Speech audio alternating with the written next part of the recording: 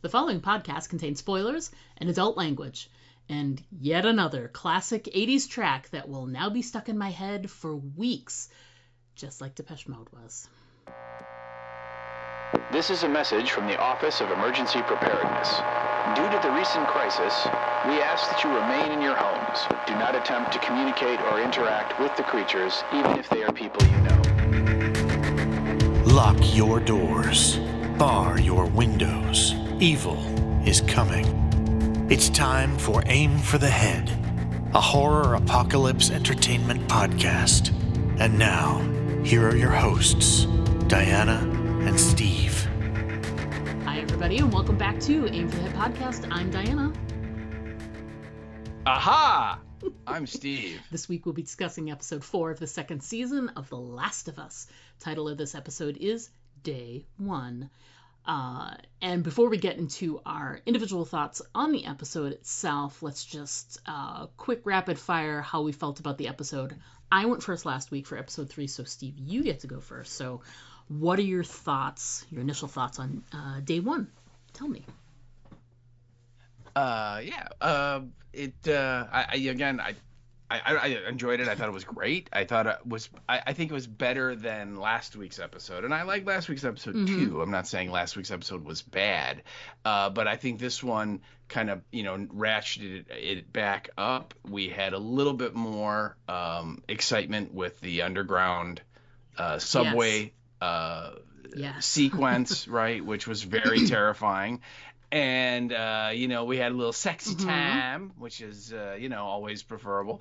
And I can say just as a game player, wow, there was a lot in this episode is lifted right out of the game. A lot of sequences that they put in there. We finally get to see Isaac. Finally get to see Jeffrey Wright show up, and we get to learn a little bit more about his character, and that was really interesting and fun, and not necessarily from the game, which was I thought an interesting choice. So I like this episode, and like I said, I think it was better than last week's. Still not hasn't episode 2 is still kind of up there for the highlight of the season so far. But I really liked it. I think they're doing a lot of things right. I think the story's coming into play in terms of what they're going to do with this season, and I'm still very curious to see how much of the game storyline are they going to keep and how much are they going to not. And this one was interesting because they kept a lot of the storyline for this one. So what did you think? I really, really liked it. On a scale of, 1 out of 10 Jeffrey Wrights, I would rate this in 8.5, 8.75 Jeffrey Wrights, he belongs in all good drama shows where he can come in and be like this powerful force. And I gotta say, like, I love Bella Ramsey and I love Isabella Merced, who's playing Dina. I love all the characters, but I was really concerned about the idea of this show moving on without Pedro Pascal, because he's such a large force. He was such a large force in the first season. And I don't know a lot about what the storyline will bring with Isaac, but I feel like even if you can get a couple of episodes out of Jeffrey Wright, which I haven't looked to see how much he's in, but I'm going to enjoy every little bit that he's in. He's just such a fantastic actor. I love everything he does. He adds so much to any show that he's in. I've missed having him on my TV since Westworld, but he's just fantastic. I loved the introduction of him, and like you were saying, the action in the train, the subway station, the action actually at like that, with the wolves, etc., and the torture scene, like the more action this week, but just like so well placed, like just really, really well done, and good story, good background stuff, good growth stuff. Very, very teeny, teeny, teeny, teeny, tiny moments where I was like, really nitpicks, but really it was nothing. It was more visual than it was anything that was textual, like story line or whatever. But overall, again, like you said, I think it's going to be hard to come up against episode 2 for a lot of people. That's probably going to be the number 1 for the season, but this one is really, really close. It's a really, really, really well crafted episode. So yeah, looking forward to chatting about it. So so right. Before we get into our personal sort of individual points about the episode, let's remind ourselves what the storyline of the episode was with the most scant description we can possibly find on the internet. So, Steve, if you could read said sentence about this episode, and then we can move on. Yes. It's very, very, very Yes. brief. And so this again is episode 2.4 of The Last of Us. The title is Day One. And I kind of wish they would have added the word Seattle to that title, so it would have been Seattle Day One, but they did not. And the description that we have is as follows. In Seattle, Ellie and Dina find themselves amid a brutal battle between the zealous Seraphites and a ruthless militia. And yeah, that kind of happened. So there you go. Yeah, among, about 30 other things, but I guess that's the through line that was... Who knows? So let's talk a writer and director for this episode a little bit. All right. Well, our writer is, I know this is going to shock everyone. Now, wait. Let's let our listeners sit down. If you are watching this while you're exercise, if you're listening to this while you're exercising, please stop the treadmill, pull the car over. Yes. If you're driving, stop the car for a moment. Yes. Because it's shocking to say this, and I cannot believe yet again our writer is Craig Mason. The front door. Yes, and like I said, this is number 4 for him, and so far he is just credited with solely himself. Like there's no co-writing credits on the teleplays, and wow, someone is running like a very loud piece of machinery right next to my window. So if you can hear it, I apologize. Anyway, so it's again we get the credit during the opening credits. We get the credit of the story and the game written by Druckmann and Gross, and then the actual teleplay or the regular writer credit goes to Craig Mason. This is the 4th time. So I would assume he's going to write all of them, people. I think we just got to buckle in for that. And, I'm good with that. This isn't a problem for me at all. Right. I'm quite all right. And so that is our writer. We've talked about him a million times. You should know who we're referring to when we say Mr. Mason. And our director is a newcomer this time around, and it's a gal named Kate Herron. And she has a decent amount of credits out there, but the big thing that she worked on or has done that I think will resonate with us, the listeners and everyone, is she was the executive producer and showrunner for the Marvel series Loki with the Tom Huddleston series that so it showed up. So she's worked with him and Owen Wilson and all of those folks, if you're familiar with the with that television series, which is a really kind of a fun. I enjoyed it. I thought it was really kind of clever. It's a time travel story because of course Loki gets killed in the Avengers movies, and not with the snap of the finger kill. Like he doesn't turn to ashes like Thanos kills him before that, so he's just dead. And so how can you do a series about him? Well, there's time travel involved, and it's, you know, it's like I said, it's very clever, it's very fun. It has a real good sense of humor about it, and so anyway, that was kind of her baby. So that's the thing that she's most well known for. She also directed episodes of Daybreak and a show called Sex Education, which I believe was a British BBC show, and I believe she is British. So, but yeah, that is your writer and your director. Excellent. So that's pretty cool. Not surprises and then surprise. Mm-hmm. It's great that he's in the very first scene of the episode, because let me tell you, getting Jeffrey Wright out of the way so that we can, you know, because I could go at length. And as I put in my notes, I really could, like I said, watch him in anything. I gotta say, when they started that scene in the van or in the armored truck, I totally knew that was him in the corner. Because of the way his head was down, I was like, I guarantee they're gonna have something's gonna happen. He's gonna pop his head up, and it's Jeffrey Wright right there. Now I already knew from images that he had some type of, he was part of some army/militia.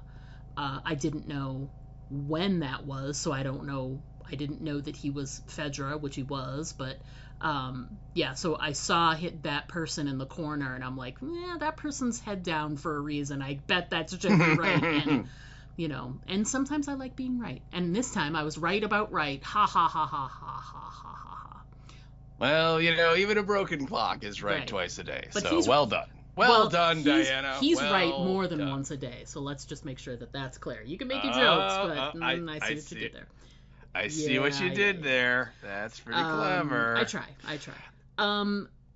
I Wait, did you know that his name was Wright when you said that? I'm gonna not pay attention to you right now. Okay. Right now. Let's talk about the scene itself. I liked the structure of it. There's a little bit of stereotyping there, where you know, in that moment where you see soldiers, police, whenever it's that type of profession, and you see them sort of, doing what these guys were doing. They're like shooting the shit and talking about like,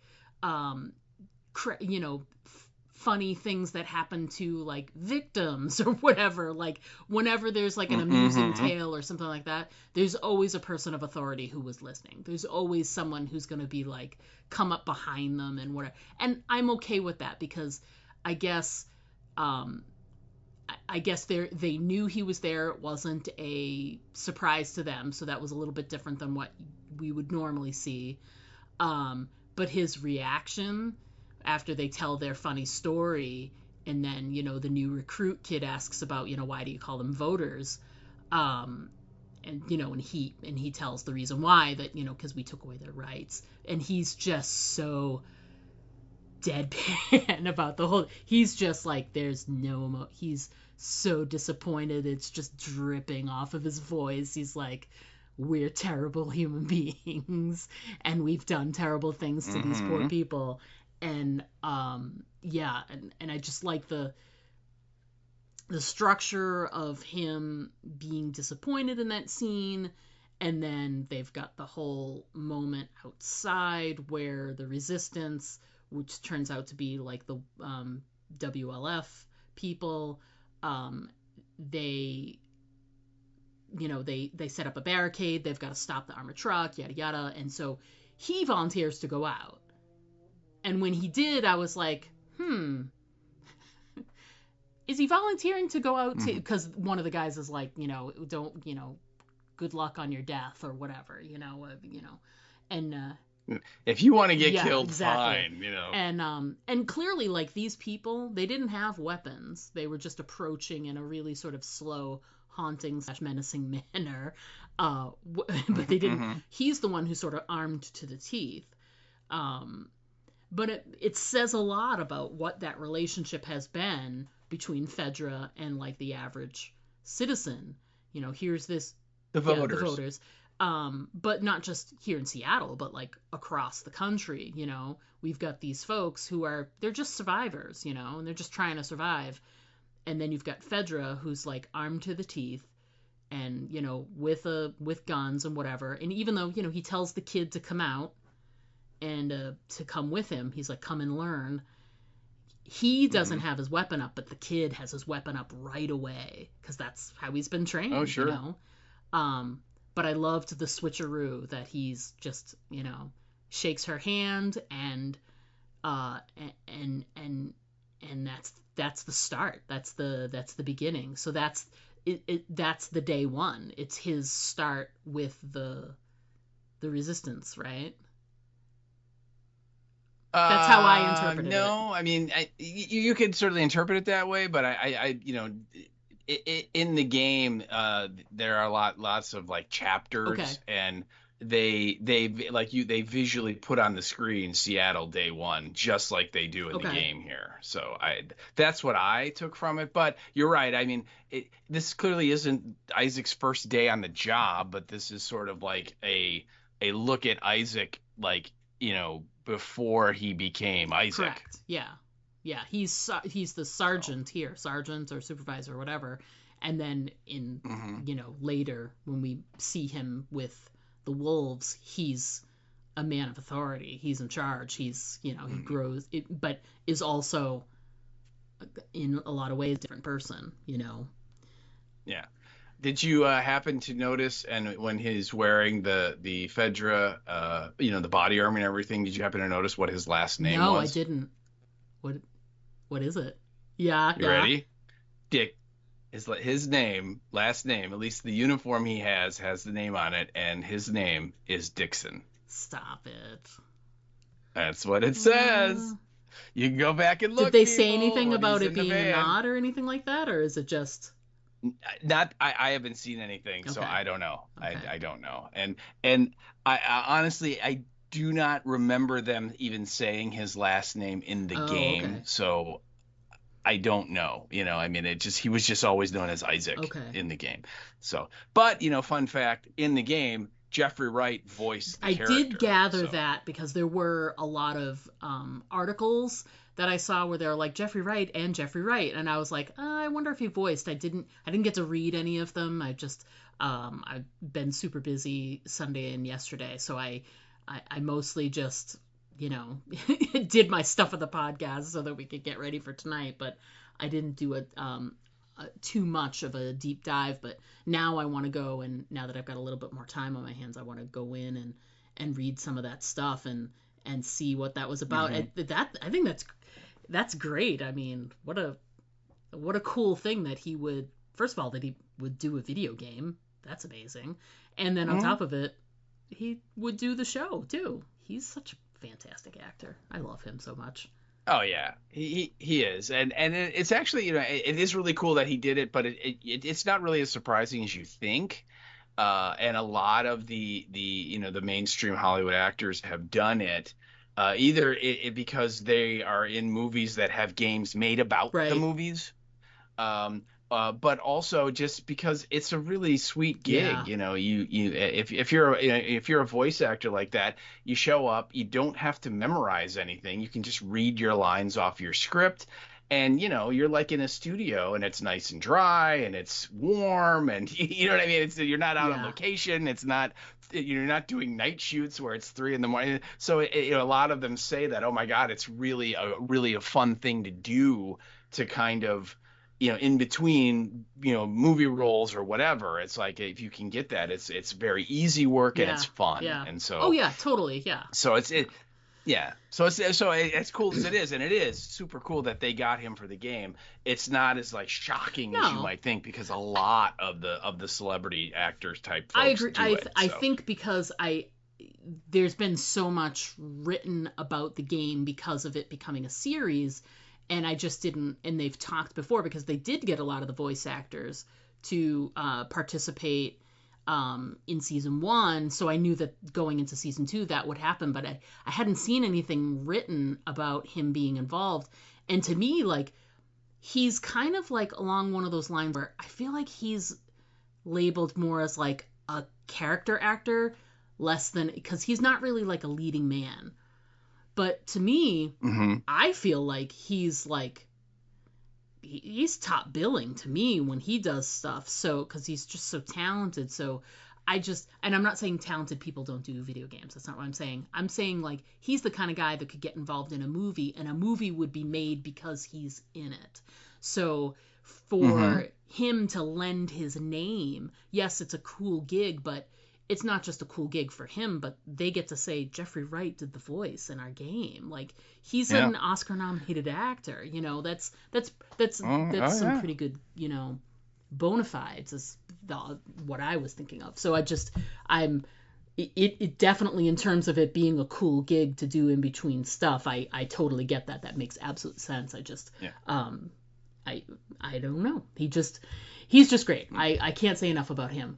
I was wondering if I was right here. They made such a good point of showing it, but you know, there's two big scenes with Jeffrey Wright in this episode. We get the establishing scene now, and then later we'll also get this great scene of torture, which we'll talk about at length. But there's one little tidbit that I want to be sure of. Was the guy that was outside the room in the torture scene, is that the same soldier as the one that he says, now make your choice? Okay. Yes. I thought so. Absolutely. They made such a point of showing yeah. his face, and I was like, he looks the same. He looks very close to the same, but because he has the helmet on in the first scene, and you know, I wasn't sure, but I certainly thought that's what it was. So, but yeah. So what are your thoughts? Opening scene. Yeah, again, it's a sequence that's not in the game, but it's you know an incredible sequence. You know, that, like you said, you know, the squad, if you will, is, you know, sort of going over a story where another guy that they know who's in Fedra, you know, basically, you know, abuses and hurts a citizen because, you know, that, you know, because he didn't know what a word meant, basically. It's what it is, right? You know, and they're laughing at it. You know, they're it's a big joke to them, and of course the kid, who we'll just call him the new guy, right? He clearly not there for this story, clearly like new to the whole thing and trying to, like, you know, like a new recruit kind of a thing, and trying to figure out what all this is about. And he, you know, he's like out of all of them, he's like the one that like hasn't been, you know, turned to the dark side yet, you know, and so he's like, why do you call them voters? You know, because that's and then they're saying, yeah, these three voters I call, you know, and they're using it in a very like a derogatory sounding thing. And like the guy who's telling the story is like, I don't know, that's just what we call them, all right? Like, why are you wasting my time with this, you know? And then that's when Jeffrey Wright pipes up, and basically, you're right. I mean, the disdain and disgust in his voice for all of those dudes is so apparent, you know. And like the guy even apologized, like, oh, I'm sorry, Sarge, and he's like, I didn't think. He's like, that's right, you don't think, so you know. Yeah, and he calls them all like the guy who like they're talking about who's not there. I think his name is Greenberg. I think that's who they're telling the story about. And when Jeffrey Wright is getting out of the truck, he goes, "You're all Greenbergs." I love you it. know? Yeah. And right, and what I thought was really the most interesting thing about the two scenes when you compare them is that Jeffrey Wright is disgusted at how desensitized these soldiers have become, and how, you know, inflicting violence and pain is just like become a fun part of their day. And you know, they're, you know, really Fedra was set up to protect the citizens and help them and help them to survive. And these guys are totally not doing that, right? I mean, they're just abusing their power because I think history has shown that, you know, when you put humans in positions of power, there's a really great chance they're going to abuse it, you know. And so then when we jump to the torture scene, which is years later, we now see that Jeffrey Wright is basically just as bad and twisted and dark as all those dudes in their APC. Yeah, absolutely. You know, and even it's gone so far as like the innocent guy that he saves from the grenade attack, Yeah. right, by pulling him out of the truck. That guy has also become extremely jaded and dark, because what is he, when we hear the gunshot and the torture scene, and the two guys that are standing guard out there that know that, Jeffrey Wright has just killed the guy he's torturing. The one guy who you kind of get the sense in that scene, the other soldier that's out there, he's kind of like the new guy and doesn't really know what's going on. Reversed, yeah. Or totally reversed, yeah. And he's like, oh, thank God. And the guy who is from the first scene, he's like, Scar got what he deserved. Yeah. And just like, again, cold and emotionless and kind of happy that this has happened. So I that's what I took from that. I thought was really interesting that Jeffrey Wright clearly, quit Fedra because he thought that, the resistance was going to be something better. And instead, it turns out that the wolves in many ways are just as bad, and I thought that was really cool. It says a lot too about, like, when you first start out, everyone always has these great lofty goals. You could take that and hold it up against any group. We were doing the same thing when we're talking about Negan and Rick's group, and when we're talking about, the revenge that's gonna have to, the eye for an eye stuff, you know what I mean? And who's in the wrong. We'll talk about Joel and the, Salt Lake City, and then Abby and what she's doing and all of that stuff. So it's like, he's making a really great statement about sometimes you have the best intentions in the beginning, and then you eventually, because I'm sure he would explain away everything, with the Seraphites. Oh, sure, the Seraphites and the Scars, whatever, that, they steal from us, they take from us, they won't, do X, Y, and Z, whatever that may be, and they'll justify it. So as the deeper and deeper and deeper you come, the more you justify it. So you're right. It is interesting that he was so disdainful in the first scene, and then he becomes later what he was. He essentially becomes that dude that they're telling the story about. He's Greenberg. Yeah. He has become what he earlier despised, and yet he doesn't see it. Of course not. He feels that everything that he's had to do, there's a reason. Of course. And he's it's totally justified. Those other guys that I blew up in the thing, they were just mean assholes. I'm doing it because I have a reason, So I mean, and then that's usually the way it works. You said, good intentions, and we all know, where the road is paved with to get to hell.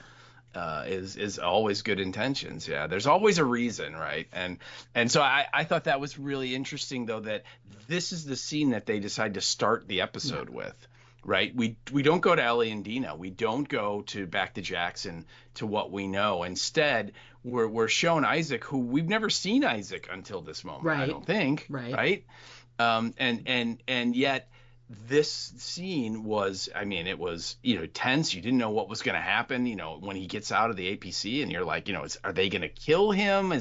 What's going on? And then the way he just nonchalantly turns around and walks back up to the thing and tosses the 2 grenades in there and then locks the door. You're like, what the hell? And then the driver staggers out and is still alive, and he just puts him down, like that, right? Doesn't hesitate at all. And then he turns around and the resistance leader, the woman that he's talking with, she's like, welcome to the fight. And of course the kid is standing next to him like, what the hell what did is I going just on? see? Right. He's just like, right. He's like, oh my God. And then Jeffrey Wright again does not point his gun at him or anything. He just looks over at him and he goes, now make your choice. Kid, it's up to you.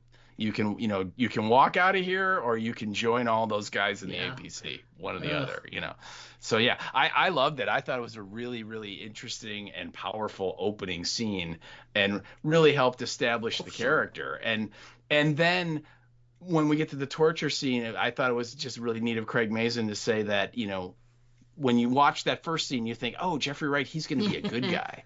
he's going to be the guy that stops all the tyranny and everything, right? And then you find out, no, not really. He just kind of is more of the tyranny. Yeah, he's just he was just, his tyranny was a little more hidden until he had to find it somewhere. Right. And then once he did, he embraced it. He was good. Once he found it, everything was good to go. Yeah. Yeah. Absolutely. So we get into the some Ellie and Dina stuff. They are they're sort of doing some recon before they start to enter Seattle proper. And they're at a pharmacy, and while they were there, I just want to say that it was when Dina found the pregnancy test, which we find out later it was a pregnancy test, it was obvious that that's what she saw. To me, as a girl, I don't know, there was just something about it that made me go, oh, she found a pregnancy test for sure. Because I was curious with the throwing up last episode and whatever. I'm like, how about that? And I was right. At least in my head. It was in my head. Wow. Yeah. So by the way, how is bragging camp going? It's going really well, actually. Apparently it is. I think, yeah. I mean, you got to be careful. That arm of yours is going to break if you keep trying to pat yourself on the back. It's true. And I don't mean to pat myself on the back, but it seemed like the right thing to do. Hey, you know what? Look, take a bow, because yes, you sussed that one out. And I should say that the game does not use the I'm trying to remember. I'm pretty sure the game does not use the Dina's throwing up as a kind of a clue. It might, but basically in the game, Dina, like when she leaves Seattle or when she leaves Jackson, she already knows she's pregnant. And basically when they get to the theater at the end, which in this episode is when she tells Ellie, right? And in there she tells you there, but it's more like she gets there and she's just like exhausted and she's like, I gotta lay down, and Ellie's like, what's wrong with you? And that's when she's like, I'm pregnant, and it's not quite the hey, I'm immune, oh yeah, well I'm pregnant thing that we get in this one. It's a little different, but yeah, I you're right. The fact, I obviously knew that the character in the game was pregnant, but when she was looking through the pharmacy and then she looked at something off camera, and I'm going to use air quotes there, it was pretty obvious. It's like, okay, well, that's got to be something that she is affecting her, and I'm guessing because I know she's pregnant in the game, it's probably a pee on a stick box. It turned out it was either many boxes where you could pee on a stick, or it was one box with many sticks to pee on. With multiple tests, yes, right. Yeah. Well, what did Gwen Paltrow say in Sliding Doors, because her friend's like, well, you can't tell with one. And she's like, you can tell with six. It's totally true. Gwyneth Paltrow. Yeah. The spokesperson of our times. There we go. And then when she's finished, she's like, I'm just going to pee right now and stick it in my pocket and then we'll see. So then they start making their way through Seattle and checking things out. They find like there's a tank. They come upon some. It looks like what was a battle of some kind. There's a bunch of dead Fedra soldiers, and it's very old. Dead Fedra soldiers. Yeah, and Dina makes a good supposition where she's like, it looks like they were fighting each other. And Ellie does the stupid thing and tries to open up the tank and the opening, the hatch or whatever. The hatch slams down and bangs, and they're like, holy shit. And that's one of those.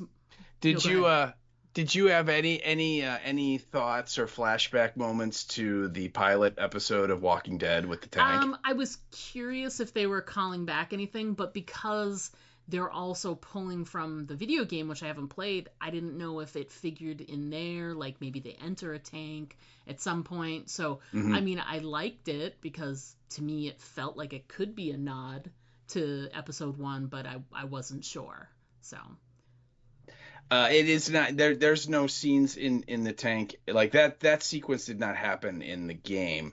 But I would point out that in season one, if you remember when Joel and Ellie are driving across country, Ellie asks him, "Will we see any tanks?" She like so clearly, she's interested in that kind of stuff. So I thought that was a neat little callback to yeah. that moment from to season one, but no, that like that whole sequence of them finding all that, I mean, you're in the game, you're kind of moving through Seattle and exploring stuff, and um, you do see the television station, and I think you either find a note or something from like a dead wolf or something that says, they're in the TV station, but some clue points you to that, and then the goal in the game is you need to get there and see, because Ellie's like, well, I should say with Dina, what does she say? Like, let's go, Yeah. people to kill, Yeah. so yeah, but that like that sequence that we saw is not a direct Okay. lift from the game and all that, so I think just the show It was doing cool it. though. So I mean, I always love that the way they, style and do like, post-apocalyptic, like you have to sort of build the story yourself when you see stuff that's sort of fallen by the wayside, etc. So I like the inclusion of hmm that. I thought the whole them going through the area of town that was obviously the LGBTQ area of Seattle, hmm or just an area that was very gay rights, etc., whatever, and had a lot of. I love that they were like, "Why do they have a flag of a rainbow?" And it was so funny. To me, it was just funny. Yeah, it was.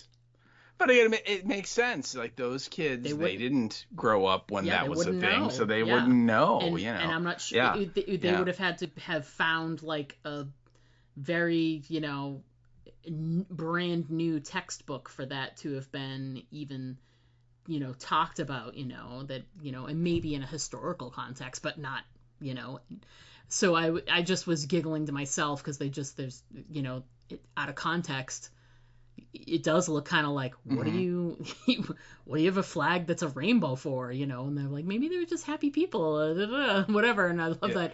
That'd be So fun. much for Happy Yeah. Proud Rainbow Town. It's just because that's when Yeah, they go through all that pride area and then they come up on the this the battle, this battle. post Yeah. battle moment. They were like, everything was rainbows and fun and pride, and they weren't sure the context, and then they're like, now everything is no longer rainbows and fun times. So yeah, and then they come upon the record store to sort of hunker Well, down. yeah. Before we get there, what I really liked about that scene was that when they look through the binoculars, they see the TV station, and literally like the satellite dish has like Yeah, WLF yeah. spray painted on it.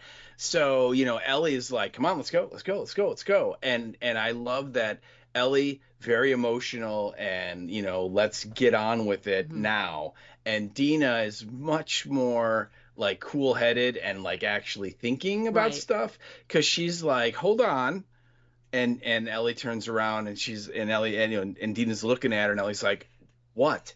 And she's like, "Well, you know what? If you like write that you're at a building, like put a big sign on it, that probably means that there's a lot of you there and you're like prepared to defend it." And so then Ellie kind of stops, and she goes, "And what else?" And then Ellie goes, "And they're up on a hill and they'll see Coming. us coming in our horse in broad daylight and know we're there." And so, I love that Dina's sort of like throwing like a little logic and common sense into Ellie's life for the first time. And so they decide, well, fine, we'll wait and we'll go when it gets dark, and then we can, approach unobserved, right, and do this the right way. And so then they have to find a place to kind of hole up. And as Dina points out, thanks to Ellie's brilliant, tank hatch test, they know that there's nobody around Yeah. where So they this are. is a good place to wait for it to be dark, pretty much. Yeah. Right. So now they have to find a place, and of course they need to find a place where they can get the horse inside so it's not out. And Dina's like, I've already found one, and that turns out to be the record store. And it worked out great for them because there was lots of like growth coming in, like say the back of the store. So there was like grasses and leaves and things like that. So Shimmer could just go and like start chomping on some grass and Shimmer. Yeah. Hey, I listened to that Taylor Swift song about 10 times after we did that episode, and I'm like, I can't help myself. It's literally just like, anyway. Shimmer. Anyway, moving on. So the record store itself was not the scene, but the record store is the one thing that I really had like are you kidding me kind of moment with the episode. It was still fairly intact, and I mean there were still records sitting in there. It wasn't full by any means or whatever, but there were still records sitting there that she could sort of flip through. The windows and the door, everything is intact, nothing's broken. And clearly there was some type of battle that happened not far from where they were. So, flying bullets and blah, blah, blah. But anyway, so the interior still very, intact. And then going upstairs and all those guitars are still on the wall. Nobody touched them. The drums are still right there. Nobody touched them. I don't know. Like it just... And the thing is that it was tough because, like, I felt like it was too coincidental, but I really liked the scene, and in order to have that scene, she's, singing the song to her. But I think Ellie could have been kind of doing anything, and Dina would have had sort of her realization of, I really love this person and I need to protect them and they're important to me and blah blah blah. She has that moment when she's getting like all misty, and I get it. I just felt like, and I know they'd already established the guitar thing with her, so here's what I wanted. I wanted her to do that on a guitar that looked like shit. I didn't want her to open up, and I get it. She even made a nod to like there was like the little like desiccant stuff that like keeps it, like the keeps it fresh on the inside. You know what I mean? So I get it, which is most TV shows wouldn't have even done that. So they put like a little back door of like, this is why it looks like it's in great shape. Fine, that's fine. But I think it would have felt more true if there had been someone on the wall that she pulled off and she had to wipe the moss off of it and the dust, adjust the strings a little bit and test it out a bunch, and then sings the song, and then the guitar is almost there but it's a little off key and whatever. I feel like it made it all a very perfect moment, a very scripted moment, and I didn't think it needed to be. I just felt like it was. I didn't like it. So, how about you? What did you think of the record store and the scene? Yeah, I love that scene. So I think you're I don't know what your medication is, but maybe we need to ramp up the dose a little. No, I mean, don't get me wrong. Okay, is it ridiculous that there are going to be records still on the shelf and guitars on the wall and so on? Not any more so than like, say, I don't know, Jeffrey D. Morgan going into a clothing store and finding like a leather jacket on the rack. Absolutely. There, that you know what I mean? It's clearly convenient, storytelling moment there happening. But I think the record store, though, as far as it didn't bother me as much as it bothered you, simply because it's the apocalypse. Who needs records? Who's going to go in and go, you know what? Before we try and get out of town, I'm going to go take one of those electric guitars off the wall in that record store. Why? What are you going to do with it? You know what I mean? It's just the need for that type of stuff is going to be so low on the importance scale that I could totally see that stuff still being there this long after the end of everything. I can see that. So, but you're right. I mean, the guitar she finds, I mean, yeah, that clearly it's like, yeah, I don't think you're gonna find this like cherry, acoustic guitar like that. But I think it's just, look, they wanted to have her play the song, and I should point out in the game, like that was the singing the Aha song is my favorite part of the video game. Much like in last season, my favorite part of the video game was the scene with the giraffes. I remember when that happened, I was like, oh my God, I can't believe they put the giraffe scene in, because that was so cool. Well, very similar when that scene happened. And the really fun thing about that, this singing this song in the game, is that it is an optional thing that, it doesn't happen every time. You have to like do some things in a row specifically to trigger it. So it's sort of like a bonus, almost like a little hidden thing that, because it does nothing to propel the story, at all in the game. Right.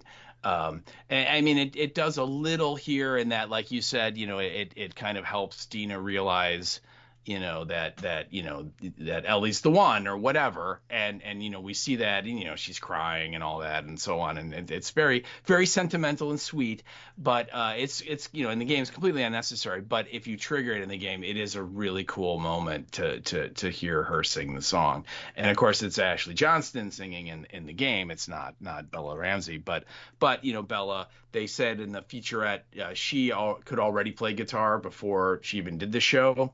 And so she learned the Aha song, and literally, my sound designer ears, it sounded to me like it was her, like they recorded her right there. So like what you hear her singing is her singing on set. It's not like she went into a studio and recorded it and then they dubbed it later.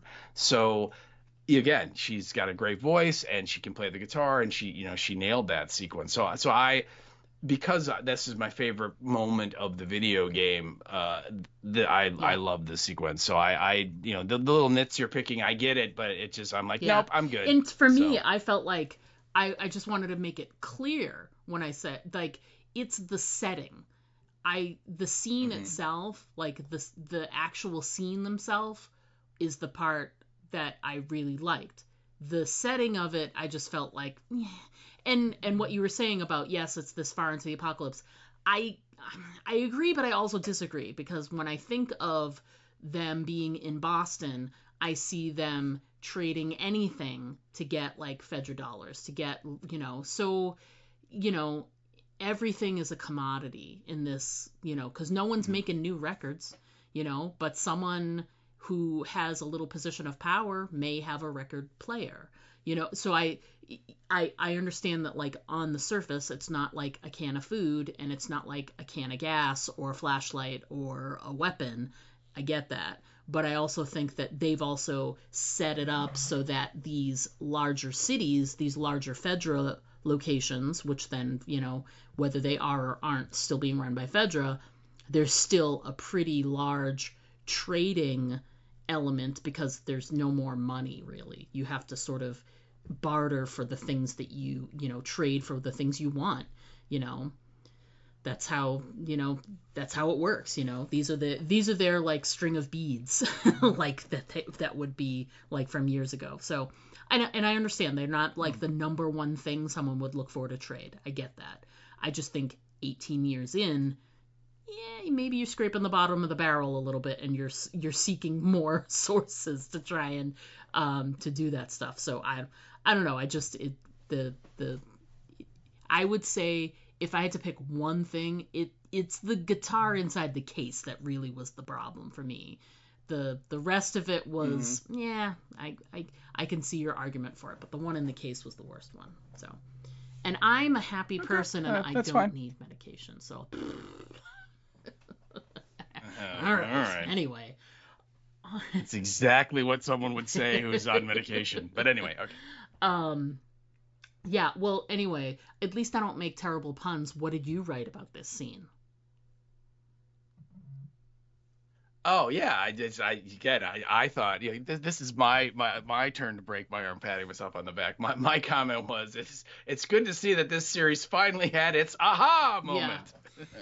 You know what's really funny is I saw your note earlier today when you first started putting your notes in, and I was like, I thought you were talking about the pregnancy thing, and that like finding the pregnancy test, which was to me obvious, like you were calling that aha, and then I noodled on it a little bit, and I'm like, yeah, I see what he did there.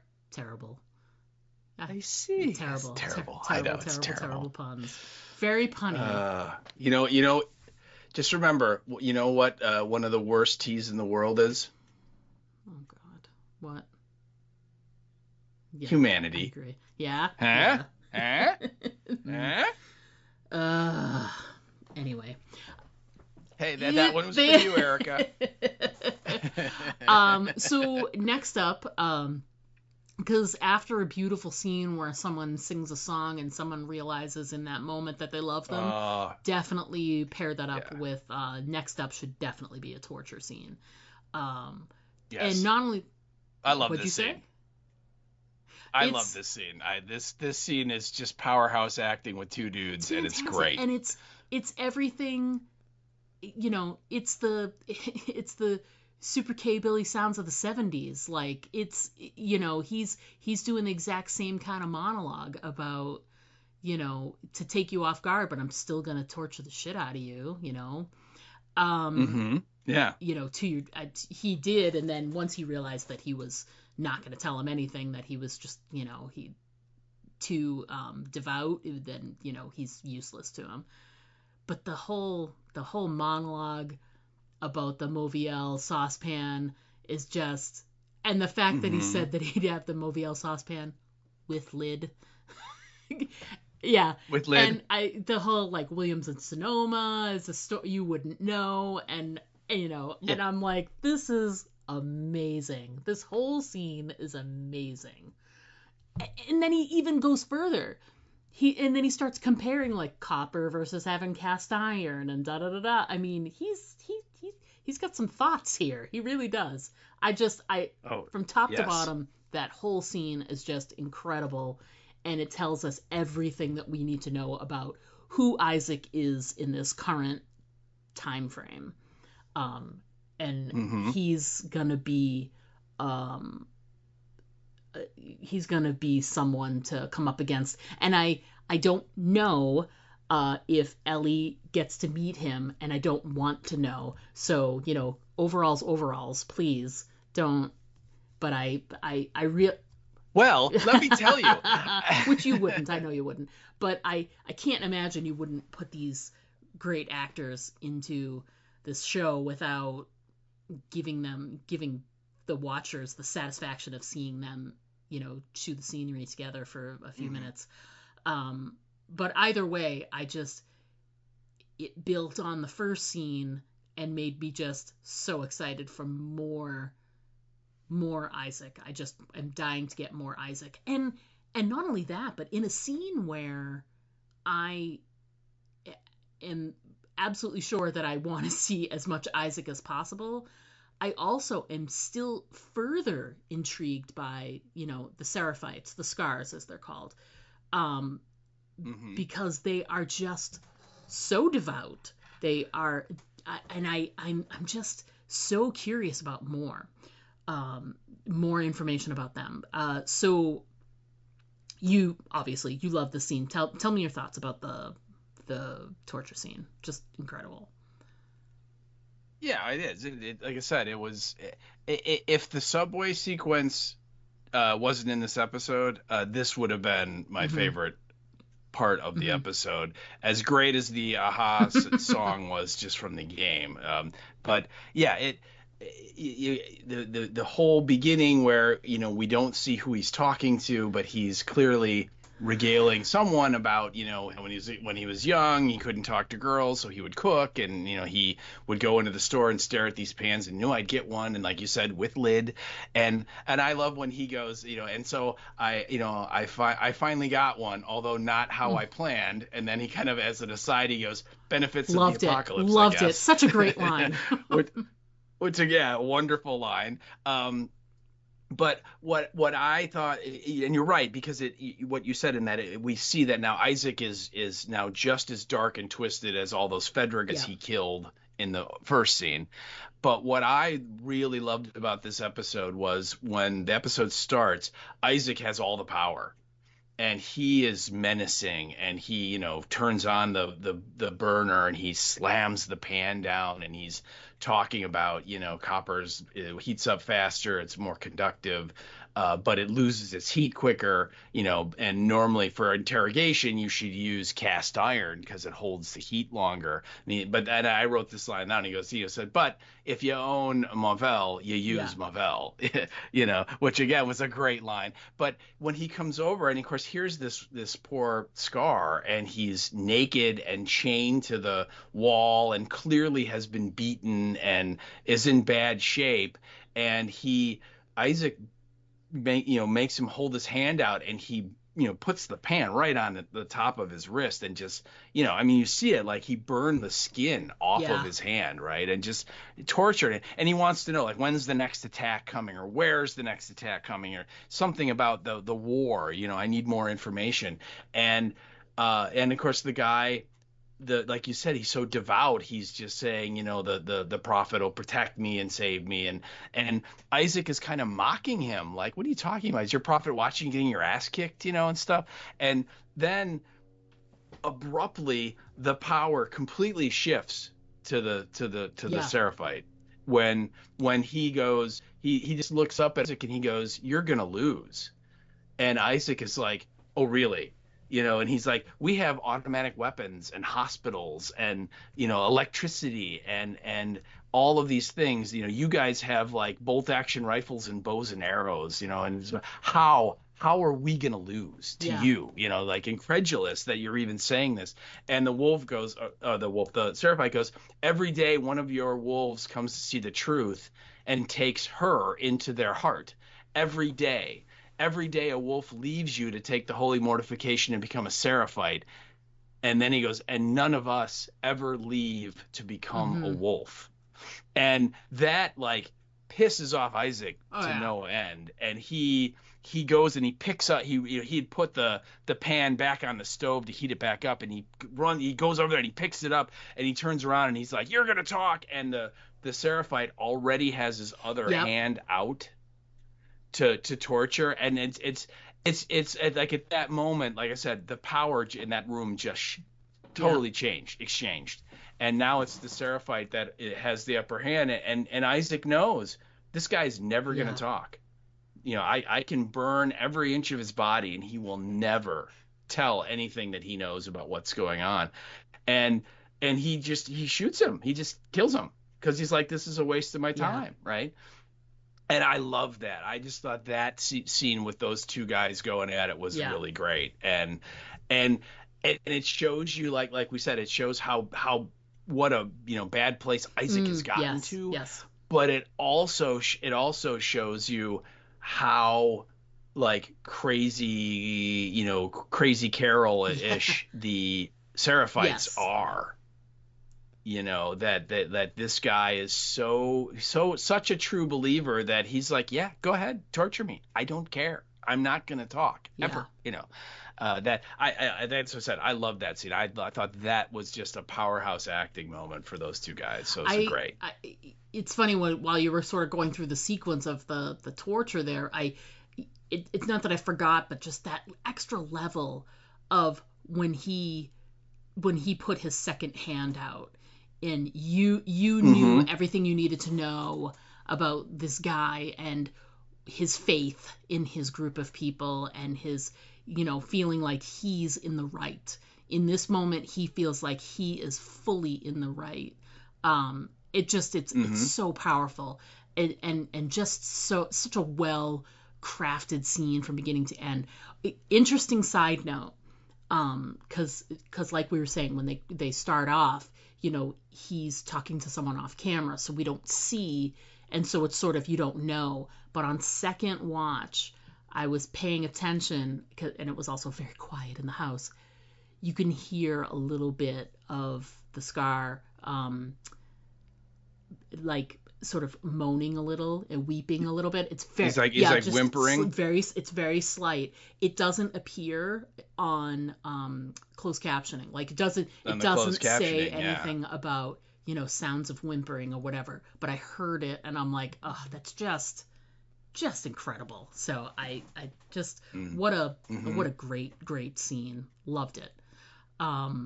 Yeah, I did too. Like I said, the scene in the TV station, and then that proceeds right into the train station, the subway. That's an amazing scene. It's super tense and scary and all that. But this scene, I thought was the best scene of the episode. Just watching those two guys, and again, just that abrupt power exchange, right, where Jeffrey Wright has all of it at the beginning, and then when the Scar tells him, every day, none of us ever leave to become a wolf, and Jeffrey Wright gets angry, and he turns and he walks back to the stove, and he very forcibly picks up the saucepan, which the steel handle stays cold, by the way. He picks it up, and as he's turning around, he's like, I'm gonna burn like every inch of your body until you talk. And then he stops dead in his tracks, because that dude is sitting there with his arm out already, like, go ahead, go right ahead, and again, right there, whoop, total shift, total shift, and now who actually holds the power in this way. Like I said, I loved it. I thought it was great. Fantastic. The next scene we get is Ellie and Dina attempting to do the recon and entry into the Wolf building, the WLF building that they saw earlier. It's a TV station. And I will call it the WLF building, because until they started talking about it being a TV station, I didn't know it was a TV station. And when you go ahead.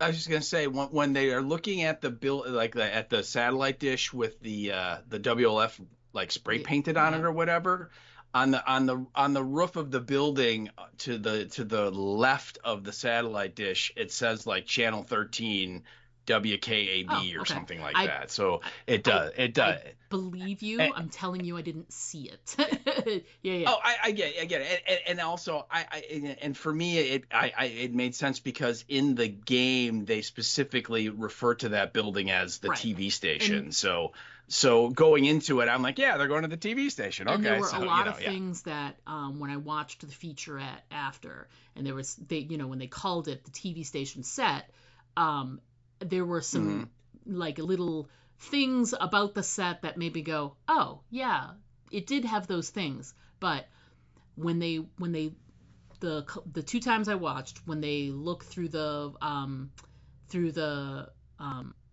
what's it called? Binoculars. Thank you. I was like, magnifying glass, telescope? Magnifying glass. And I love when you have the wrong word in your head, and your head just is like, nope, that's the word. You're like, no, it's not. That's the word. So and your brain's like, go with it, it's right. And you're like, no, it's not, brain. I mean, technically, it's a magnifying glass up to their eyes that goes a long distance. So when when she was looking through the binoculars, each time I watched, I noticed the satellite dish. And I just read it as a satellite dish on top of a building. It didn't read as, I didn't see the station thing. And then I noticed it the second time through, obviously, because I had already watched the featurette, so I knew. But in that scene, I was very, very centered on the disemboweled bodies that were hanging from the ceiling. And then the second time through, I was like, oh, well, those are speakers, and there's lights over there, and da-da-da. Like, it all made sense. It just, the first time, at least the first time through, my eye was going to what like my brain felt was the most important thing in those scenes, and it didn't, that's sort of like added extra information anyway. Like the fact that it's in a TV station is not like the thing is that there's like a bunch of a bunch of wolves strung from the ceiling, and their guts are spilled out all onto the floor, and they're absolutely tortured. And then it says, feel her love on the wall and all of that. Like that's like to me, that's what I was focused on. And then, the second time through, I was like, oh, look, it's, and that's a, an amplifier, and there's things, and I noticed them, but I was so focused on the action, I didn't notice any of that stuff the first time through at all.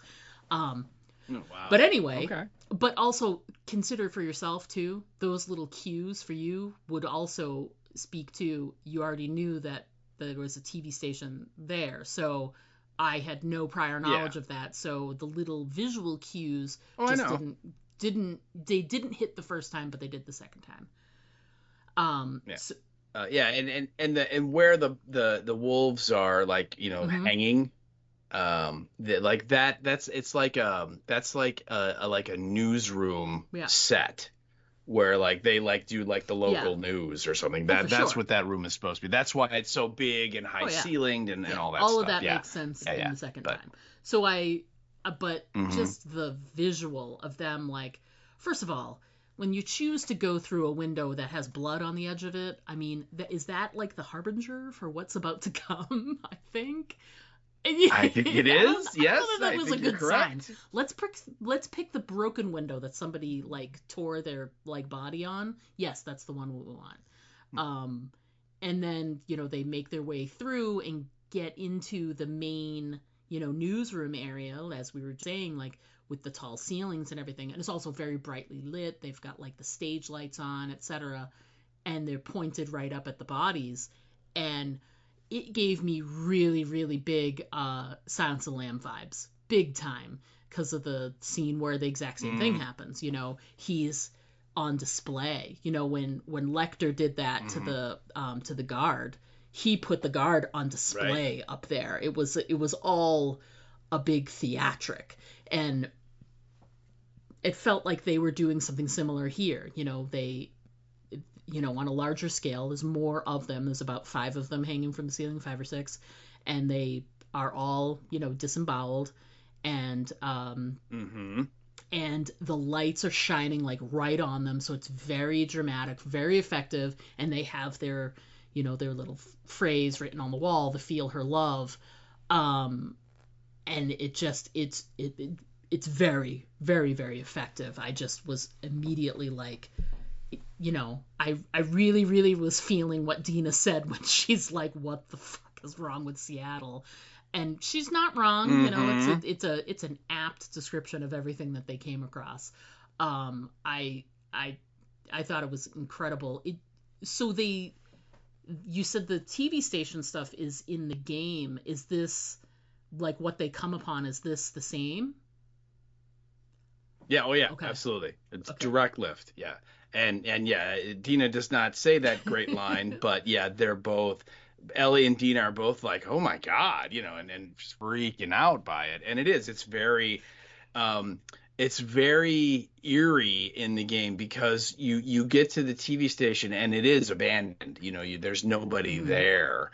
And you start on the ground floor in the game, and you kind of work your way up, and where that set is, that's like the 3rd floor. And so then when you get up there, you've already been searching through this whole place, and it's empty, and there's no one there. And then suddenly there's all these dead people with their guts hanging out, and yeah, it's super intense.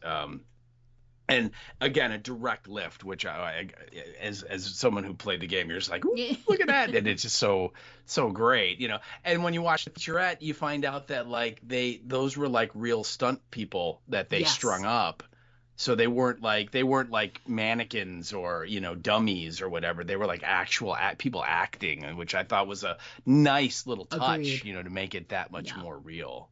But also. as jarring as that image is, how about when they first get into the building and they find the one wolf guy and he's got like 7 arrows sticking out of his chest. And remember, I said right? that thing when Jackson was attacked. I was like, where are the people using arrows and stuff? Well, there's my answer. It's the Seraphites. They don't have guns. They're using more the hand tool variety. That was. I feel like in that moment, that was the let's turn around and walk out moment, but that's just me. Yes. And also, I thought it was really interesting when just before they go in, Dina and Ellie are kind of like doing like last minute strategy, like what are we going to do when we get in there type thing. And Dina, I think, very similar to something that happened to Abby in episode 2, when one of Abby's, I think it was Owen, asks her this question. It's a very similar question, which is Dina goes, what happens if we run into wolves that were not at Jackson? Yeah. Which is, again, you don't really have a beef with the wolves. You have a beef with Abby for killing Joel. Yeah. Right? So... And this is like a good tactical question to ask the person you're going on the mission with, which is, what do we do? Right. If we run into someone who is clearly going to be armed to the teeth and they're not one of those 5 people, what do we do? And Ellie just kind of looks at her and does not say anything. And then Dina just kind of goes, agreed. And so like they like say it without saying it, that, hey, you know what, if we got to break some eggs here, we're going to make this friggin' omelet, So again, what were you saying about good intentions? Exactly.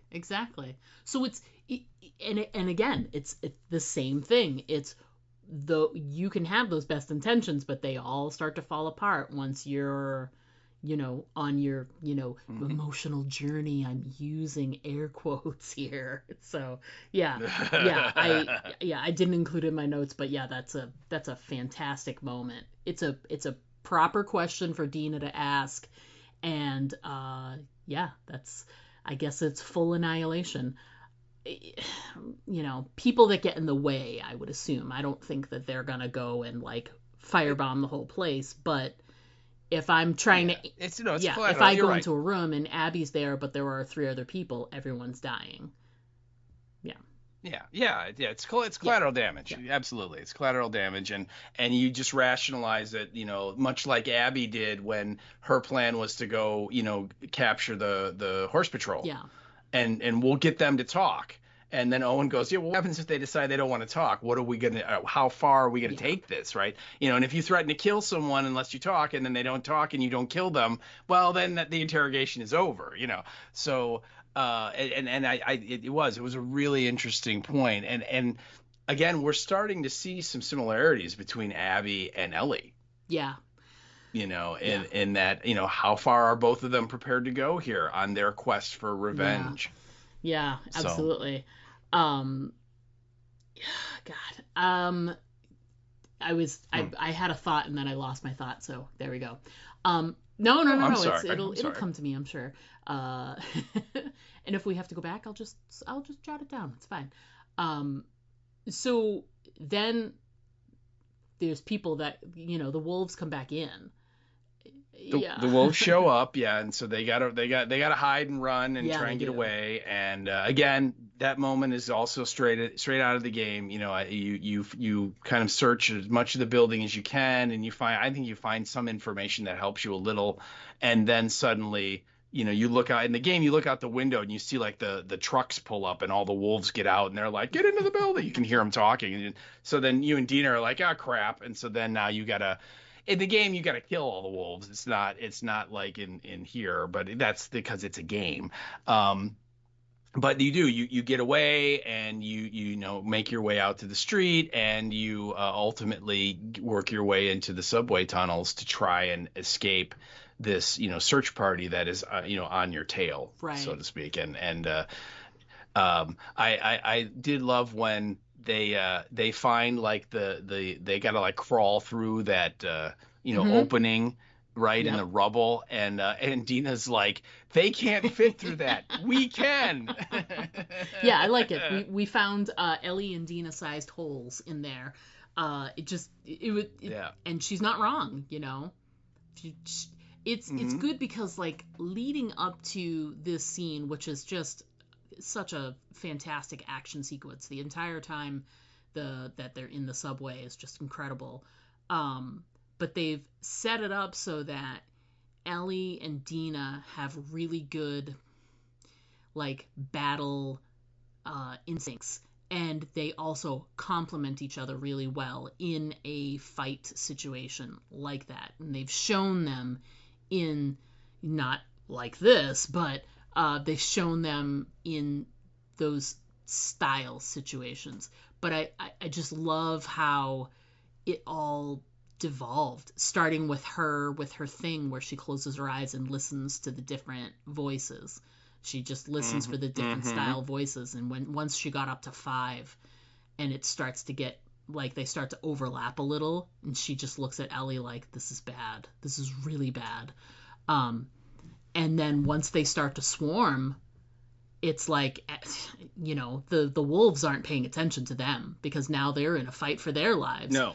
And they're just getting I was slaughtered. gonna say, like, in that moment, I'm pretty sure that these people are all dead, you know, because we don't hear or see them again unless they found some way to get out. But I doubt it.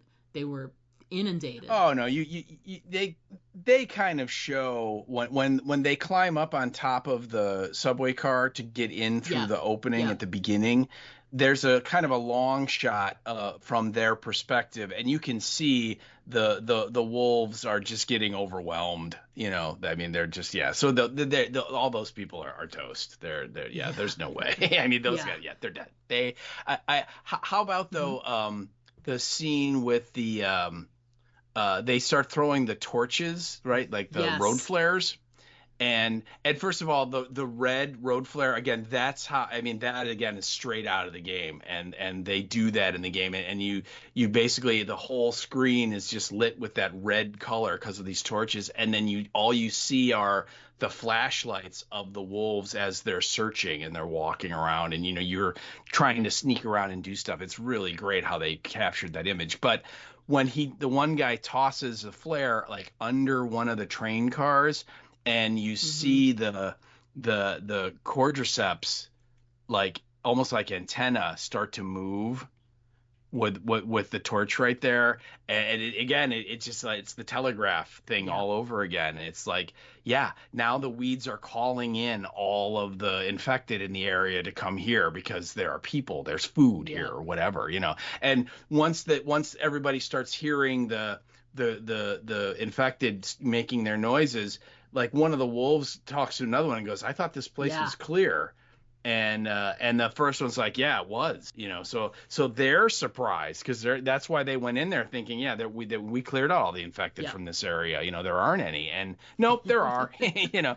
But yeah, that whole scene was again straight out of the game. And I mean, oh my God, the bit in the subway car.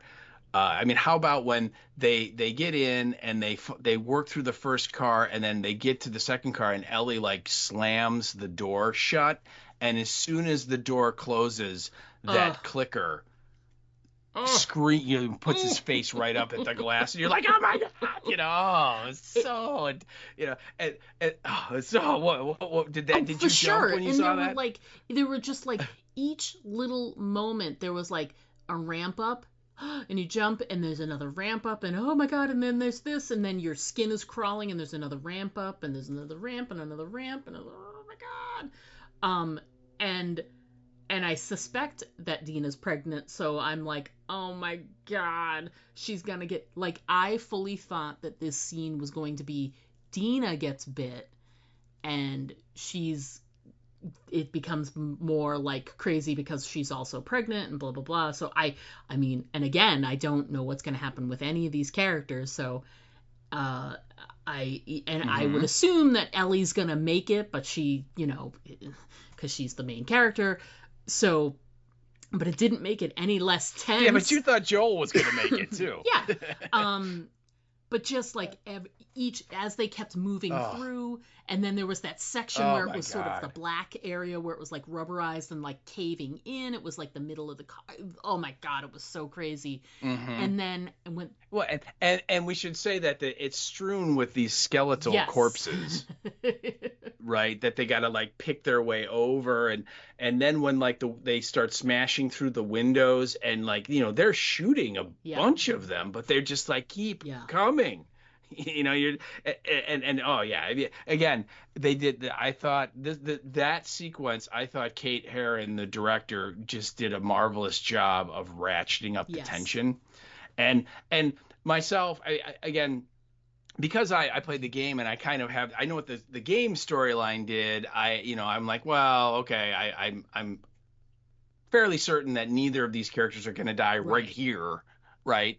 Based on what the game did, but that still didn't mean I wasn't like run. Yeah, no kidding. You know, because it was it was intense, and also the fact that, you know, who knows what the show's gonna do. And I'm with you. I thought I was more worried about Dina than I was about Ellie. I think Bella has a bit of plot armor, very similar to Norman Reedus has on his show. You know, that it would take a lot for them to kill both of the main characters of the show before episode 5. You know, so but Dina, you know, she could go at any moment, right? She's not, you know, part of, you know what I mean? She's new. Right. She's we don't really know much about her. She doesn't have anything that we're like, yeah, she's gonna make it. So yeah, I was definitely afraid for her. So yeah, and I mean, man, and then of course that all leads up to, you know, the friggin' turnstiles, man. I told you, hate turnstiles. Do you really? Like, is that a thing? Have we talked about turnstiles before? Oh no, but I do. Invariably when I try and go through them, when I have like a backpack, my backpack gets caught or a strap gets caught or something. So I friggin' hate turnstiles like that. Yeah, those ones with the bars.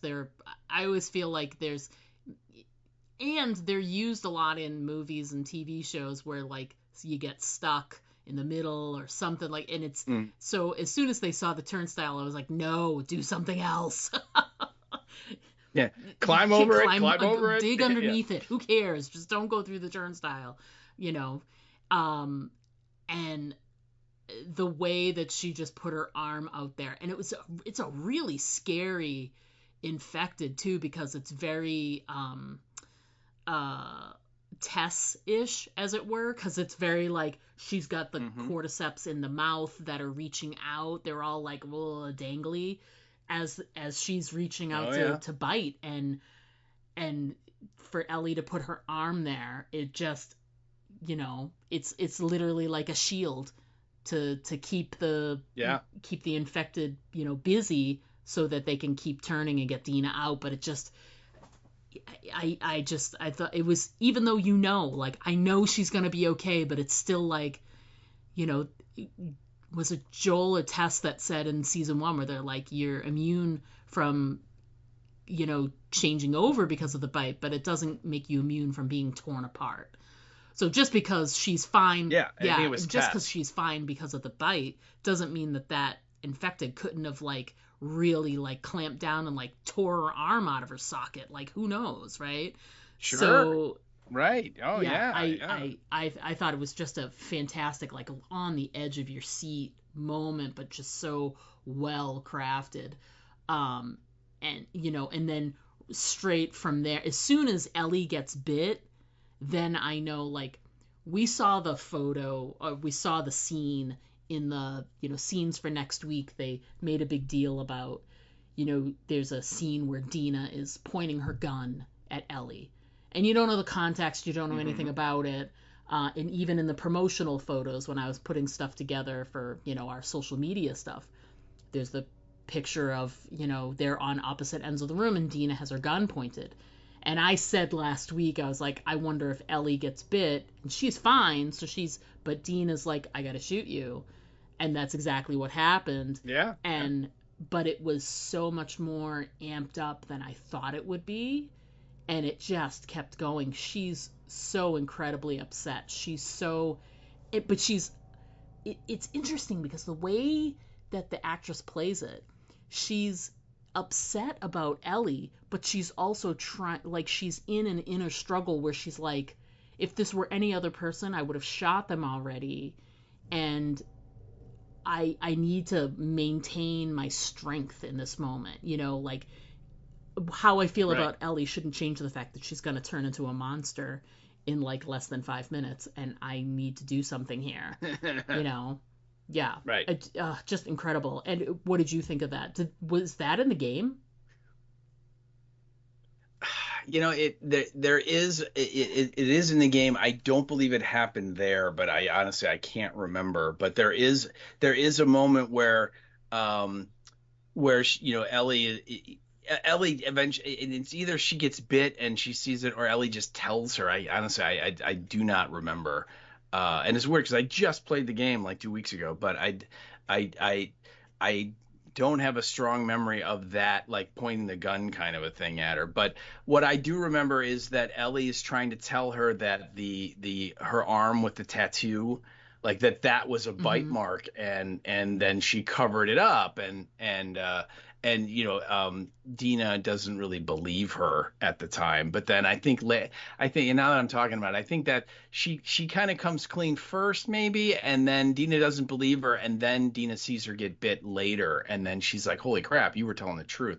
Maybe that might be, I can't remember. But yeah, the scene in the show, yeah, it's I think it's something that we see. It's almost like a trope in the zombie Mm-hmm. genre, right? Where someone that, is bitten, and then someone comes upon them. It's their mother, Yep. father, daughter, son, brother, boyfriend, husband, wife, girlfriend, whatever. Someone that you really, really care about gets bit. And now this character has to agonize over do I put them down? Yes. Because I know I got to put them down because I know they're going to go away and then they're going to try and kill me, but I can't put them down because they're them. Yeah. And usually in the movies, that's like the downfall of that character because they can't do it and they end up getting killed, right? Or they can't do it, and then the victim turns and ends up screwing over everybody else in that Yeah. wherever they are. You know what I mean? It's like one or two type thing. So yeah, I thought it was a real powerful scene. I loved how Ellie is desperately trying to tell her, don't shoot me, just don't shoot me, Yeah. okay, just wait, hold on. And then finally she's like, I'm gonna go over to that chair and I'm gonna sit down and I'm gonna go to sleep, and you can train the gun on me all night, and if I turn you can shoot me, but I'm not gonna Yeah. turn. Oh my God. And what did she say, I normally don't want this to be true, but in this case, when I wake up, I'll still be me, or something like that. A really kind of telling line about Ellie's self-esteem Yeah. levels, But yeah, and then when she's sleeping and like the water's dripping on her face, and then she's like, and then she's like, no, wait, It's just me. It's That just was water. just It's water. whatever. Yeah. Yeah. She's like, I'm Yeah. not turning, I swear. Yeah. It was, Yeah. And and, go ahead. No, go ahead. Yeah, go Finish ahead. with that. I was just gonna say, and so then out of that scene, that's when we get Dina tells her I'm pregnant, and from that we get right into sexy, happy, fun time. And that's what you want in the apocalypse. In fact, I think I've said before on when we were covering Walking Dead, back in the early seasons too. I've been saying this since day one when covering this with Julie. Dude, I don't understand why there isn't more hookups in the apocalypse. It's the end of the world, people. Right. Like, have a good time. You could be Right, dead tomorrow. right. Yeah. And what else is there to do? Right. I mean, they don't have iPhones and there's no TikTok, so, Right. Well, it's just, I mean, there's just, I mean, literally think about it. In this situation, unless you are in Fear the Walking Dead, you can't watch TV, you can't go to the movies, you can't, go out to a restaurant. You can't. I mean, there just are limited the options for entertainment. If you go down a certain street, a certain block in Seattle, and you're a music lover, there is an unbelievably Well, that's intact true. record store. And if that's your jam, I mean, no pun intended, like go rock out there, man. But still, happy, sexy, fun times are always like a you know, preferred over like the other forms of stimulation, like music and art and Sure. fun and whatever.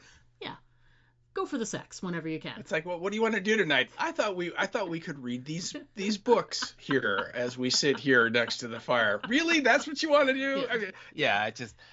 But which, by the way, I know we didn't mention it, but going back to the record store, did you notice that one of the albums that Ellie is kind of like fingering through was the Depeche Mode album? Yeah, I did see that. Yeah. Yeah, I thought that was Nice little Easter egg there. definitely, to me, that was a little Easter egg going back to season 1, without a doubt. To me, I that was Craig Mazin going, you know what would be cool? Let's throw that in there. And the director's like, fine, go find a Depeche Mode album. So yeah, I thought, but yeah, the whole, this kind of joy almost that Dina feels, right? That, oh my God, you know what? She's not going to turn. She is immune. This isn't a pipe dream, and I'm not going to lose this person that I've just kind of come to the realization I can't lose. Yeah. It's great because the scene itself, it's young love, and it's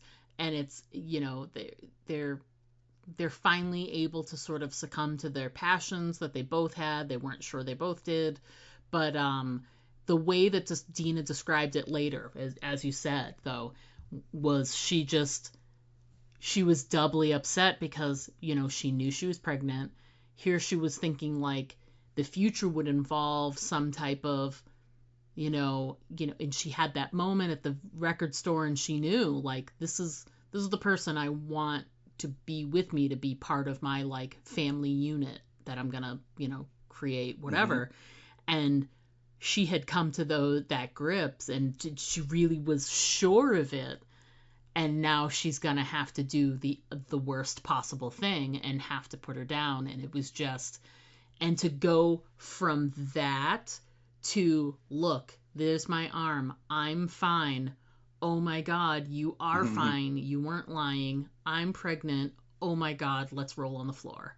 Like just the heightened emotions of it. It all, like when she described it later, it all makes sense. She's just so at the top of her emotional gamut, and she just was like, I have to let out this emotion somehow, and Ellie, you're just right in front of me, and I'm gonna have to attack you right now. And then it was mutual. So, but it was nice. Yes, it was it's tastefully done, but it was clear that they were enjoying each other's company.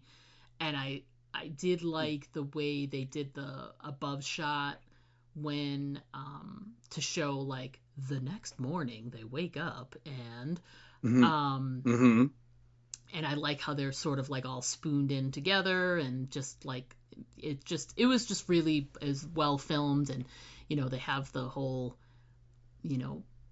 wake up in the morning like chatter, like on the pillow talk, as it were, and the cute little wait a minute, like chew this beef jerky first before you kiss me. Let's have beef jerky breath rather than morning breath. I love when she has that moment. She's like, beefy. Yeah. I was like, not what I was expecting in that moment. And then it's talking all about plans and stuff, and I liked how Dina talked a lot about her past.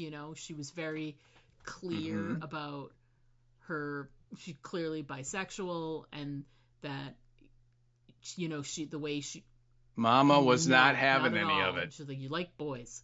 And it was like, she did what she was told, and and she's been trying, and I like that she's very kind to Jesse in the moment, where she's like, he's a great guy and there's nothing wrong with him, and she does care a lot about him, but he's not the one, and she knows it. And she tried everything under the sun to make him the one, but he's not the one. So just in that moment when, you know, when Ellie realizes that what Dina is saying is she wants to like start a family together and be a group, like be a family unit. And then when she's like, I'm going to be a dad, is just an amazing, amazing moment. It just really was. Yeah, I loved it. It was really nicely done because they're young. There's a little bit of innocence, a little bit of like wide-eyed, you know, positivity, and, you know, nothing can go wrong, kind of like us against the world feeling. And it was nice to be like sort of luxuriating in something that was, you know, sweet, for a little bit. So yeah, I liked it. So let me ask you this. Were you surprised that Dina, you know, was bi? Did that catch you by surprise? I was surprised that they almost like, I mean, she didn't say that, but she, you know, for all intents and purposes, and I felt a real sort of kinship to it, because while I am married to and am been, you know, like my wife is the person I'm going to be with for the rest of my life. I spent my entire high school dating guys and were attracted to men, and I went through exactly the same things that Dina went through. But when we were in high school, there were no, you know, LGBTQ groups. There were no supports or resources. So, and I had never really had exposure to something like a character like Dina when I was growing up. All I knew was the binary of gay or straight. And so I always thought that there was something wrong with me when I was in high school, and I just threw myself head first into relationships with guys, you know, and felt like that, you know, so I did a lot of the things that she did. And then, but I was able to come to grips with it, and I didn't have a controlling mother or any of that stuff. So I was able to come to my realizations in college, you know, pretty soon, and be able to feel the freedom to live my life the way I wanted to, and Dina did not.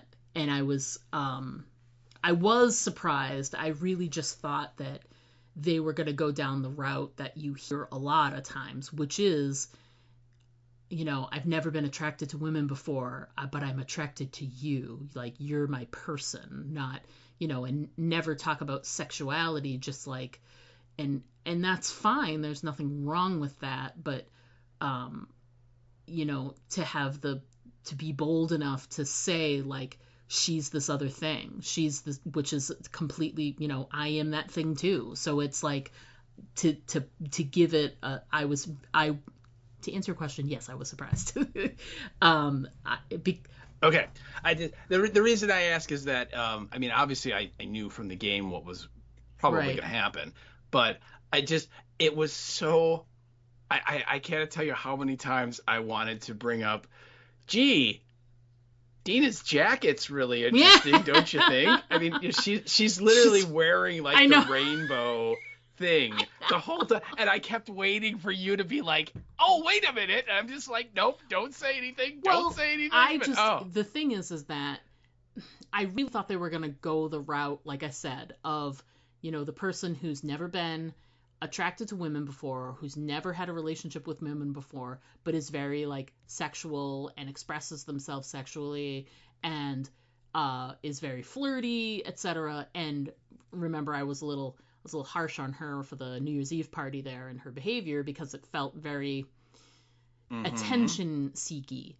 With a little more information and knowing more about her, and the fact that they were bold enough to actually go with bisexual as opposed to what I'm used to seeing, bisexuality doesn't get I just want to say, it doesn't get represented nearly as much as it is in the mainstream, and it should be represented more. So I'm really glad that it it was explained thusly. Now, I don't know if they did that in the game, if she had her scene where she talked about, doing, being attracted to both boys and girls, but I'm glad that they chose to do it for the show. I think it means a lot to me personally that they did. So. Yeah. Well, Yeah. That's pretty cool. The game does not. The game doesn't have the whole scene with her talking about mom or whatever. It's just they get to the theater and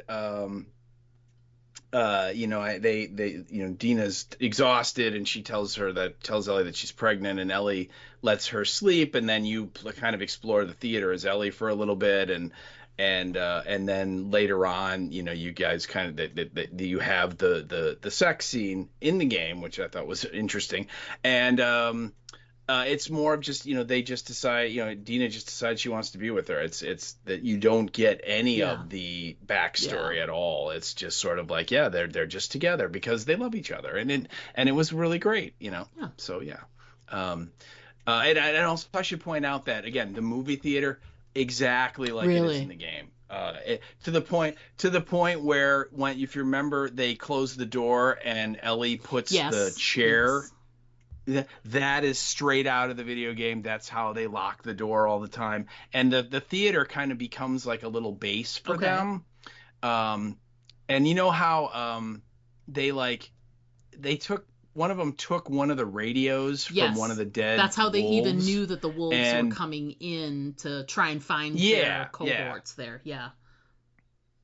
And so they start hearing the chatter about the ambush and the battle it erupts down the street, right? And they go, we have to get up high to go look and see what's going on, because Dina's like, okay, they mention where they mention Nora, I think is what they say, and Nora's gonna be at Capitol Hill and get ready for the wounded, and Nora, of course, is one of the 5 people that was in Jackson, one of Abby's friends. And so they're like, okay, we know where Nora is, and if we can find Nora, she might know where Abby is. So then Dina's like, okay, I don't know where we are right now because we moved around so much last night in the tunnel and running for our lives. I don't really have my bearings. So they have to go up to the top and look. Well, and she has the map out and she's using the walkie-talkie. Well, in the game, up at in the projectionist room of this movie theater,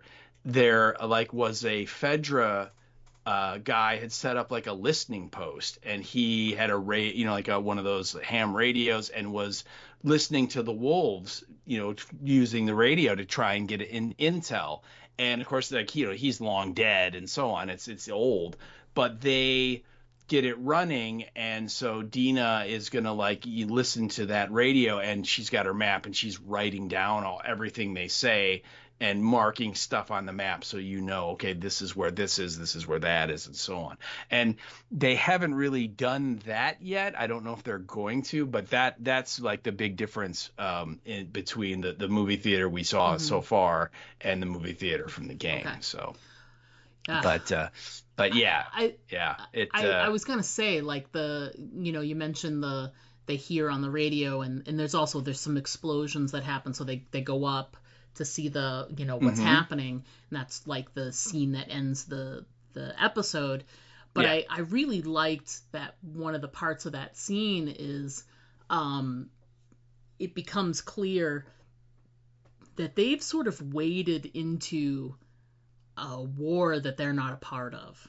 There's explosions, there's smoke, there's obviously heavy fighting happening between the wolves and the Seraphites, and they, Ellie and Dina have nothing to do with this. They're just trying to find these handful of people, exact their revenge, and GTFO.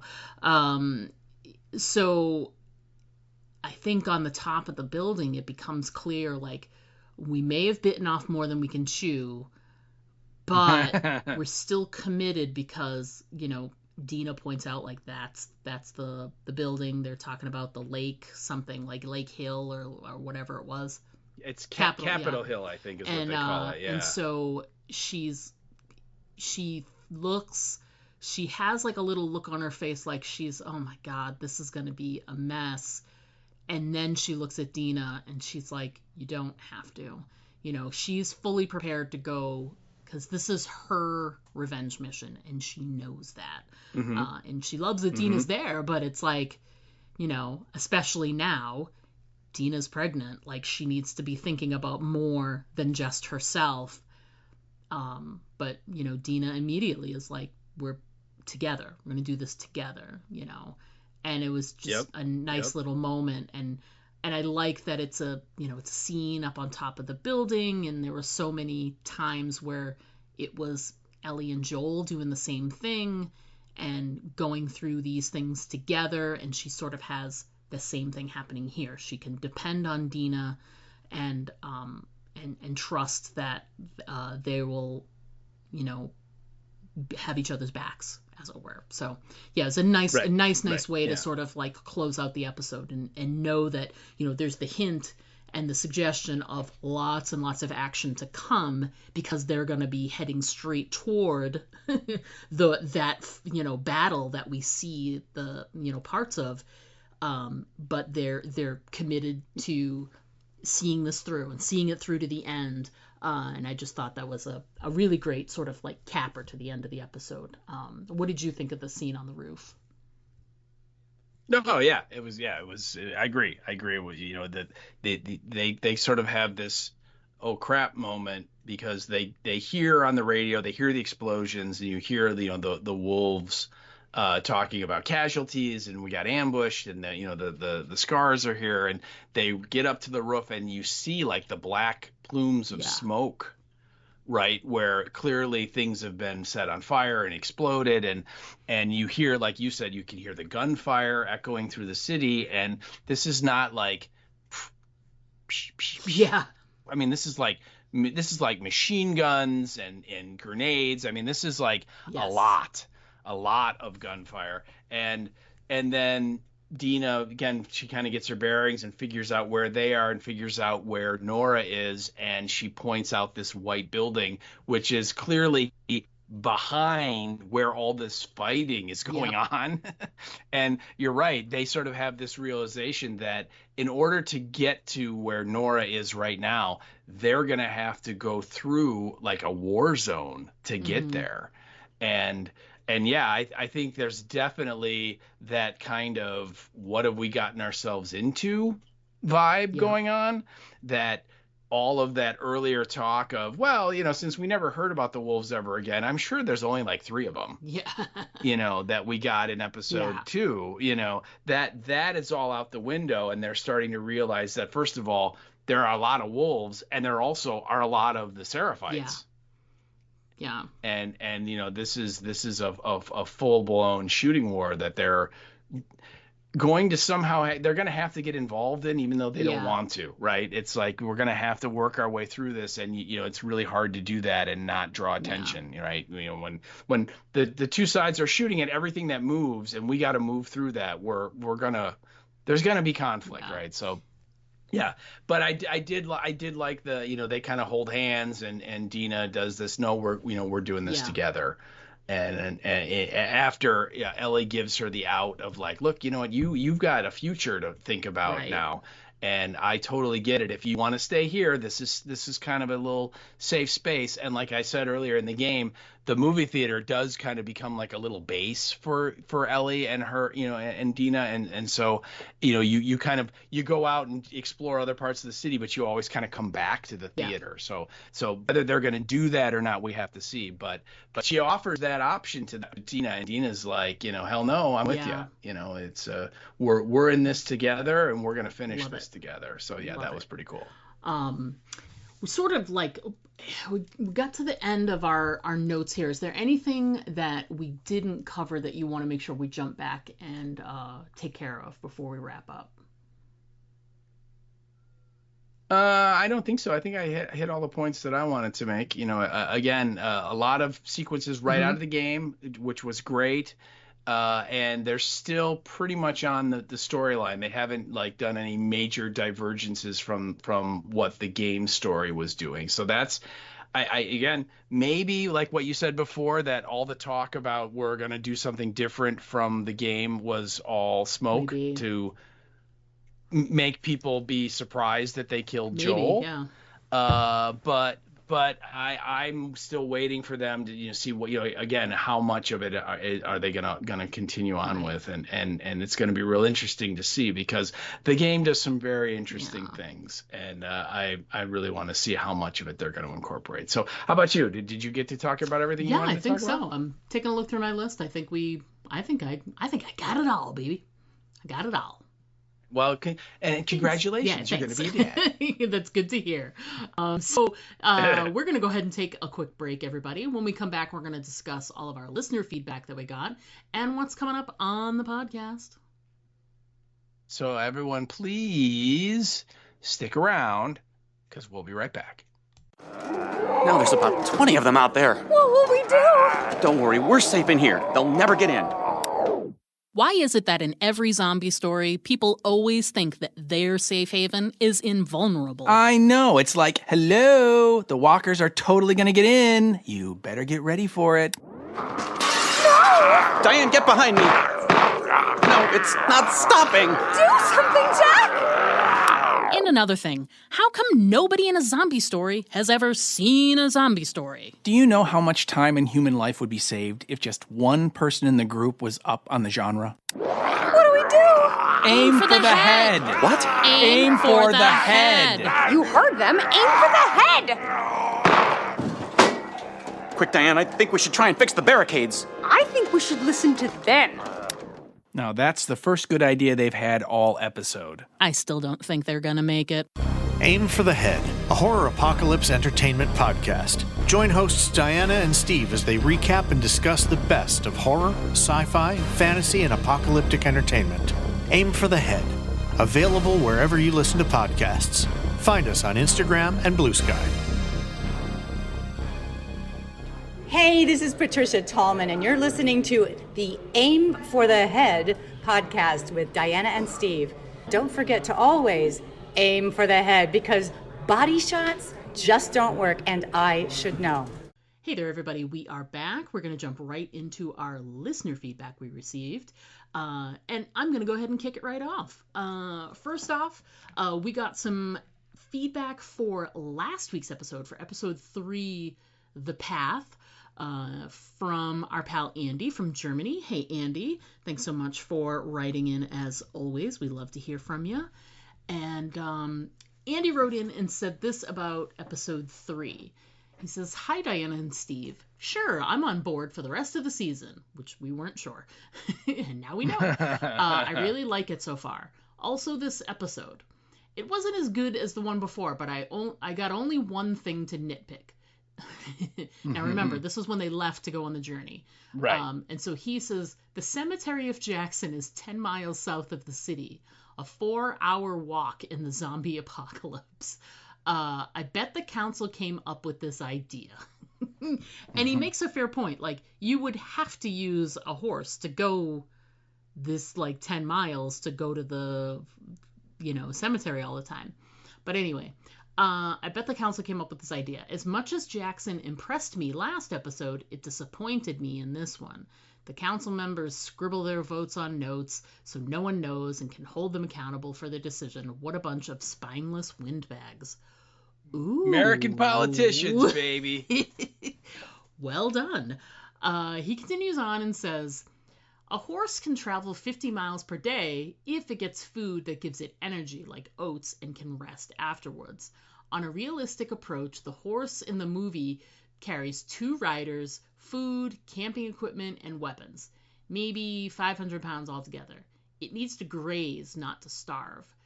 Maybe 14 hours a day. Also, time to sleep. They travel in the mountains and the wilderness, so this is a 3-month exposition. I imagine the girls wouldn't ride, but walk and pull the horse after them that carries the equipment. A 6 hours walk per day, around 15 miles. That's 2 months for 900 miles. But this is a TV show, fortunately, so Shimmer can easily gallop 900 miles with 2 pretty girls on his back. Shimmer! And there you go, Shimmer! About what Erica wrote. Yeah, Abby did say that the wolves follow a code. They don't kill people that can't defend themselves. But the little girl had a little hammer to defend herself, so they killed her. He's not wrong. Compared to the game, the group of whistlers, the Scars, he means, was indeed depicted very weak. In the game, only their warriors are permitted to have firearms, but even with bows, they are deadly opponents, if they can hide in the grass or in the bushes. The wolves, though, are shown even more powerful. At least, I don't remember tanks from the game. I am curious if they really changed this in the series, or if we will see the Whistlers as deadly fighters later. Greetings from Germany, and, I'm going to butcher this, Ceterum Sensio Abi Esse Delendam. That's Latin. Thank you. Latin for, however, I think Abby needs to be destroyed. And so he's on the Abby's gotta go kick. So that's he is. Very and interesting. I like that he needed to translate the Latin for you, because he put DD there next to the translation. So I thought that was really thank you, Andy. I'm trying not to be mean, but he didn't do it. I did that. Oh, you did that. That's why I put the DD, so that you would know I did it. Oh, I didn't. I just thought you copied and pasted his entire message. No. I put it in there so I could make sure I could say the translation when it was time. Oh, okay. I don't know. I don't know. I wasn't even sure it was Latin until I put it into Google Translate. So yeah. And Andy, thank you so much for your thoughts on, the whole episode, of course, but the specific thoughts about the horse and the traveling, and I get it.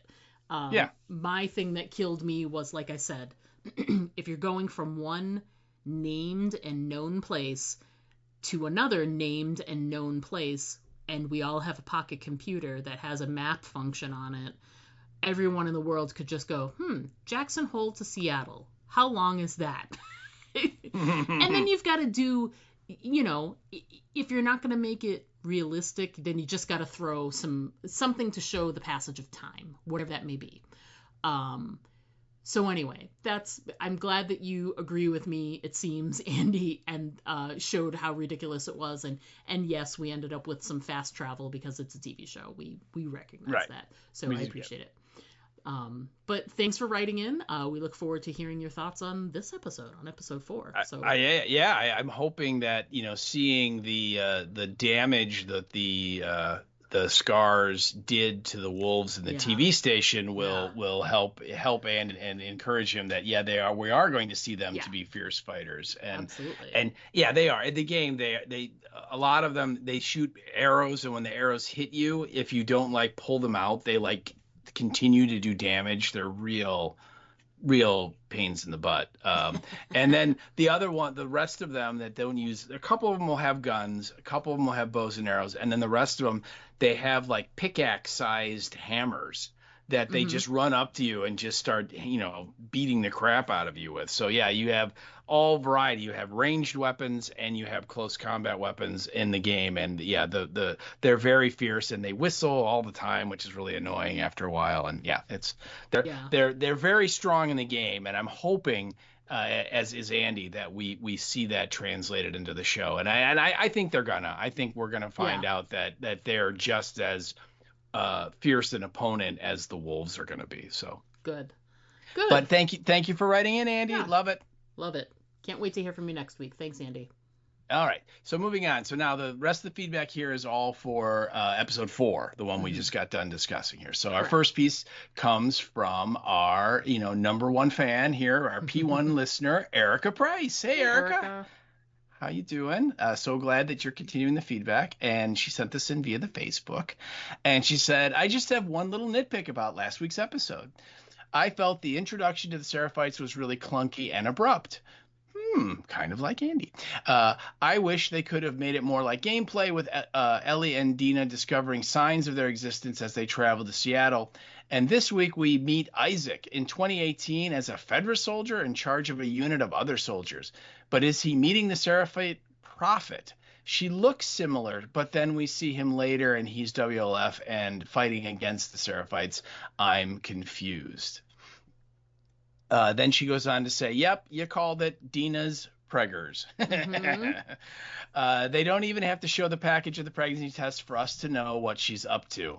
Wow, what a beautiful voice Bella Ramsey has. They are so clearly in over their heads in the middle of a three-way turf war between WLF, the Seraphites, and the Infected, and I'm stressed. The mycelium reacting to the flare was really cool. Yes. I agree. That was a really cool moment. Yes. It's alerting the clickers just like the roots in the sewer pipes in Jackson. This scene in the subway was so well done, very tense, and it didn't look like they were going to make it. I agree. I know what was going to happen, and I was worried for them. She goes on to say, well, Ellie had to spill the tea eventually. I was really scared that they were going to wake up with guns in their faces since no one kept watch. Yeah, that's true. Not only did no one keep watch, they didn't even bother to like make sure no one was in there. Right. You know what I mean? That place is huge. It's got a second story. You know, they're just like, yeah, we're fine. You know? Yeah, it's good. But yeah, you're right. That's true. They didn't. Then she goes, she finishes it by saying, we have to get up high and take a look around. Ah, Joel, you didn't teach Ellie well. Yes, that's true. She did. Yeah. Or he did. And then she finishes it off by saying, in honor of Ellie's pending dad status, here's one of my favorite dad jokes. When does a joke become a dad joke? When it becomes a parent. Get it? Oh, yeah. That's so great. Oh. It's pretty good. It's pretty good. Ellie would love it. Yeah, love it. Thank you so much for writing in, Erica. It's awesome. Your feedback is always so great. Yeah, thank you, Erica. I appreciate it. All right, next up, we heard from our pal Bev via the Facebook instead of the usual email. So just keeping it short and sweet on the Facebooks. All right. Hey, Bev. So Bev wrote in, as I said, via the Facebook and says, what a tense episode. Agreed. The stuff on the subway was intense, and it was nice to see Ellie and Dina finally express their true feelings. A good episode, but maybe with a baby on the way, revenge should be put on hold. I mean, maybe. But I don't think they're gonna. Yeah. Not these two. Well, I mean, they could put it on hold for like 18 years. Yeah. And then pick it up later. That would be, talk about the slow burn. I mean, wouldn't that be surprising? Hey, Abby. That would be. Remember me? That's right. From 18 years ago? Yeah, that's right. Abby, you're 50 now. You remember back when you were 20? Oh, man. Yeah. Crazy. Thank you so much, Bev, for writing in. A little short and sweet this time around, and we love it. We do. Send stuff through the Facebooks. We love it. Email us, Facebook, whatever. It doesn't matter. It's no big whoop. Yeah, it's no big whoop. Yeah. All right, let's move on. Our last piece of feedback comes from Karen, not to be confused with Lauren Cohen. Yes. And this she also sent via the Facebook. Mm-hmm. And she said, hello, I'm on time this week and have things to say. I like Dina a lot. I think she's a great actress for one, and two, her character is smart and calculated. I agree. She is the common sense that Ellie so desperately needs. Yes, thank God. She goes, I don't think Ellie could carry the show by herself. She needs Dina now that Joel is gone. Ellie is too angry and impulsive, so that balance works okay for me. I didn't really need Ellie to sing, but I liked Dina's reaction to it. Aww. Mm-hmm. I don't know. I thought Bella Ramsey did. I agree with one of the other comments. I think she had a great voice, and she really it was a really wonderful, like soulful version of a pop song. I thought that was great. So, she goes on to say, "I'm pregnant. Put your hand down my pants." Yeah, hello. Yeah. How you doing there? Heyo. Hey, well, ma'am, I'm just here to deliver your pizza. Anyway, I like that Dina explains herself and why she's been on and off with Ellie. Mm-hmm. Time to share secrets and let's be parents now. Oh, then let's go kill some people who are also at war with some other people. Let's get caught up in all that. She goes, I was actually on edge when they were running from the infected. I guess the soldiers died. Didn't see them again. Looking forward to the pod. Cheers. And I again, they don't really show us all of them getting killed, but you see like most of them getting killed. Mostly. Yeah, Mostly. So I think it's safe to assume that all the wolves that went in looking for them did not come out anymore. So But yeah, you're right. I mean, what better thing to do to celebrate your impending parent status by going out and trying to kill 5 people, huh? Mm-hmm. Yeah, exactly. In the middle of a war. Yeah, Let's do that. Absolutely. That's how most people celebrate their pregnancies, is they get involved in a turf war. Hey, you know what? The gender reveal parties are getting so weird these days. I wouldn't be surprised. You're not wrong. You're not wrong. Yeah, thanks for writing in, Karen. We love hearing from you. Such a hilarious outlook on everything. Yep. Absolutely. Yeah. All right. So coming up next on the podcast, well, wait. Let me guess. There's no title or no description. Yes, that is correct. It took for the episode to be broadcast. They were halfway through it before I even saw any mention of what the name of the episode was. Because I've been mostly just watching the episode like when it broadcasts on HBO, and then as soon as the episode's over, I go right over to Max and I go to the digital version and I forward all the way to the end and I watch the featurette. So that's been happening. But I think it was when I went to Max to look at the episode that finally it called it, day 1. So yeah, took its time, that's for sure. So I look forward to not knowing the name of this episode either until about halfway through the actual airing of the episode. Yeah, absolutely. Fantastic. Of course. Yeah. Very, I think it's a wonderful strategy by HBO Max. Yeah. It's a good way to do it. Yeah. So that's what's coming up next for our coverage for Last of Us, but technically it's not the next thing coming up on the podcast. So tomorrow night we'll be starting our separate coverage of Walking Dead Dead City. So we've got the premiere episode, which was strangely enough at the exact same time as The Last of Us on Sunday at 8:00. No. Central. Yes. And they put them on at the same time? Yeah, to the detriment of them, as we shall see. So we will be podcasting on that tomorrow night. We'll have thoughts and feelings about the episode tomorrow. We've got some social media posts out there, so if you're listening to this, first thing in the morning, or late Tuesday night, or first thing early Wednesday morning, and you watched the episode too, drop some feedback for us so we can chat about it tomorrow night when we get started with our coverage. I'm not going to tell you how I felt about the episode right now, because that's for you to find out by listening to the podcast. Ooh. Wow, I know. That's what you call a tease, man. That's professional podcasting. I know, right that's there, amazing, right? Yeah. So this past weekend, Steve, you went to Nightmare Weekend. You've got any thoughts or feelings you want to share about that?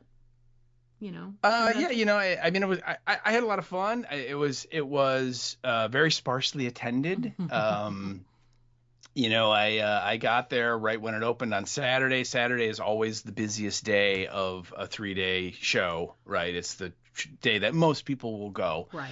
And there was very few people there. I got right when it opened. I got in there right in a row in the guest section. There was Greg Nicotero and Michael Kudlitz and Ross Marquand. And I mean, there was Ross Marquand wasn't at his table when I first got there, but Kudlitz and Nicotero were, and they were just kind of, sitting there. There was nobody in line to see them.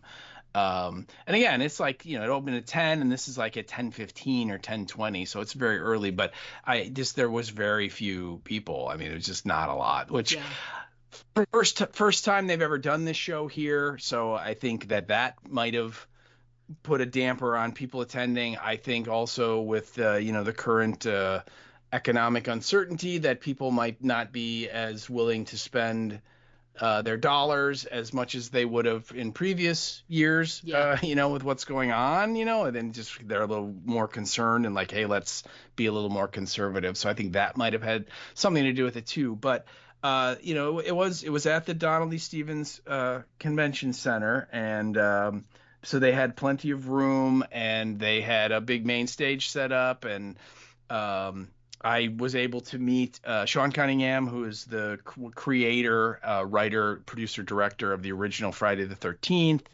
And he then in the 80s and 90s had a fairly decent film career where he either directed or produced or both a whole bunch of movies. And so it was very cool to talk to him and get his autograph. And I asked him, did he ever, when he was writing the original script for Friday the 13th, I said, did you ever think that this would become like a franchise, right? And just have movie after movie and movie. And he kind of looked up at me like, are you crazy? And he's like, it was something to keep the lights on for 6 months, like literally, like they wrote the script just to get the money. You know what I mean? They were not thinking at all that it was going to be, any sort of thing. And usually that's the way those things work, right? It's the stuff that you don't anticipate blowing up that end up blowing up. So of course. But he was really cool, and I did get a chance to talk to Greg Nicotero. I just walked right up to him and I'm like, hey, Nicotero, and he's like, hey. And so I asked him about Creepshow, the TV series. I said, is there anything happening with that? Is there going to be another season? And in typical Greg Nicotero fashion, he was very straightforward and direct and didn't kind of just say, sometimes you ask people and they're like, well, we'll have to see. No. He is like without question the most direct convention person I think I've ever spoken to. Oh yeah, and he looked at me and he went, well, said we're talking to AMC. They want to do another season. He said the problem is they want to cut our budget in half. And he's like, why would we do that? So then he said, but we're also talking to a couple other streaming services about moving the show. And he said, but then the problem they're running into is the other streaming platforms, they want to get the earlier seasons to show all of them, as opposed to like producing like 8 episodes of a show, which would be what a season would be. And so that's now in kind of a snag because AMC owns the rights to the first, 2 or 3 seasons of Creepshow. And so, but he, so he was kind of explaining what's going on and the difficulties facing, but he ended it by saying he really felt that, some way they'll work something out and there'll be more Creepshow coming at some point. So that was really cool. I thought that was neat. Yeah. And then I asked him if he could, tell me to fork off, and he did. Which is his way, as you well know. Yeah. I didn't get a chance to talk to Kudlitz because he did have a couple people standing there, and I was just like, Kudlitz. It was again. I would say like the size of the show, it was very comparable to Flashback Weekend in terms of the dealer's room. You would have loved it because they actually did have a dedicated artist's alley set up. Oh, nice. So that was kind of cool. And again, the only thing about it, which is good in that I was able to get the autographs I wanted to get very quickly, and then maybe like under an hour I had all the autographs I needed. But it was bad because I feel bad for the celebrities, the artists, when there's nobody there. Yeah. When they're just like sitting there at their table, like, well, this is a waste of time.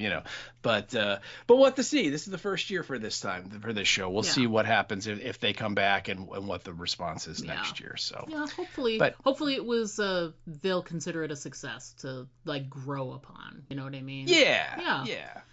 Well, good. Well, I'm glad you were able to at least have a good time, regardless. So that's good. It was. I'm glad I went. I'm glad. Sean, like I said, Sean Cunningham is like 83, and you never know when is this the last time he's going to come to Chicago? I don't know. Right. But so I'm glad that I was able to meet him, and he it turned out to be a really cool dude too. So that was great. Yeah. Well, good. That sounds great. And just like a tiny little note I wanted to put in there because it sort of hit my feed like while we were recording. One of my favorite books of all time is one of the Stephen King books that he wrote as Richard Bachman. That's one of the Bachman books, yeah. The Long Walk. And there's been attempts to try and like option and make that as a movie like for years, and finally they got something moving, and it was moving, and I'm like, okay, it's happening, and then I think honestly like he's not even listed on the poster, but the big get is that there's a really titular character of the Major who's like the guy that's in charge of the actual walk. and you don't see him a lot in the story, but it's Mark Hamill is going to play the Major. Yes. And which is fantastic. And I am so excited for this story to finally make it to the big screen. And what came out is that there's a poster, there's some images that have been released, and the release date is going to be September 12th. And I know exactly where I will be on September 12th. For sure, I will be in whatever theater that's closest to me that is going to be playing The Long Walk. So The Long Walk. I love that movie so much, and I guarantee you that I will talk Steve into us covering it for the podcast without question, because I have many things to say. I love that book so much. In fact, I love it so much I'll probably read it again before I see the movie. It's so good. It's so good. Yeah, that's all I got. You got anything else you want to chat about before we wrap up?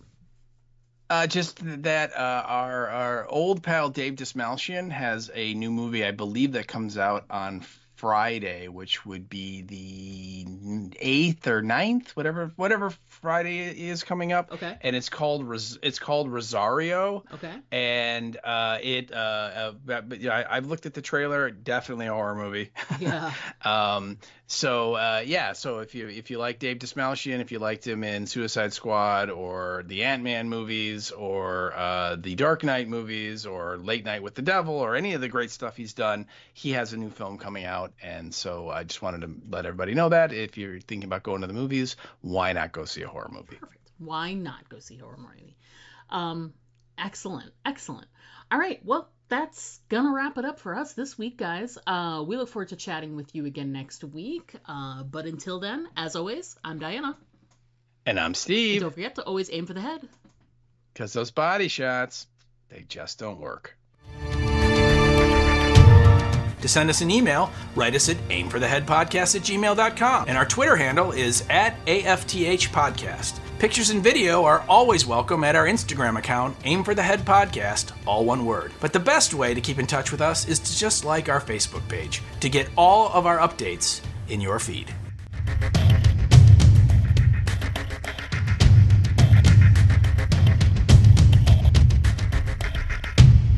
I have things, I have thoughts, I have feelings, lots of feelings. You do a lot of feelings. I do have a lot of feelings. Oh my God, the feelings. The feelings. So many feelings. So many feelings. Oh.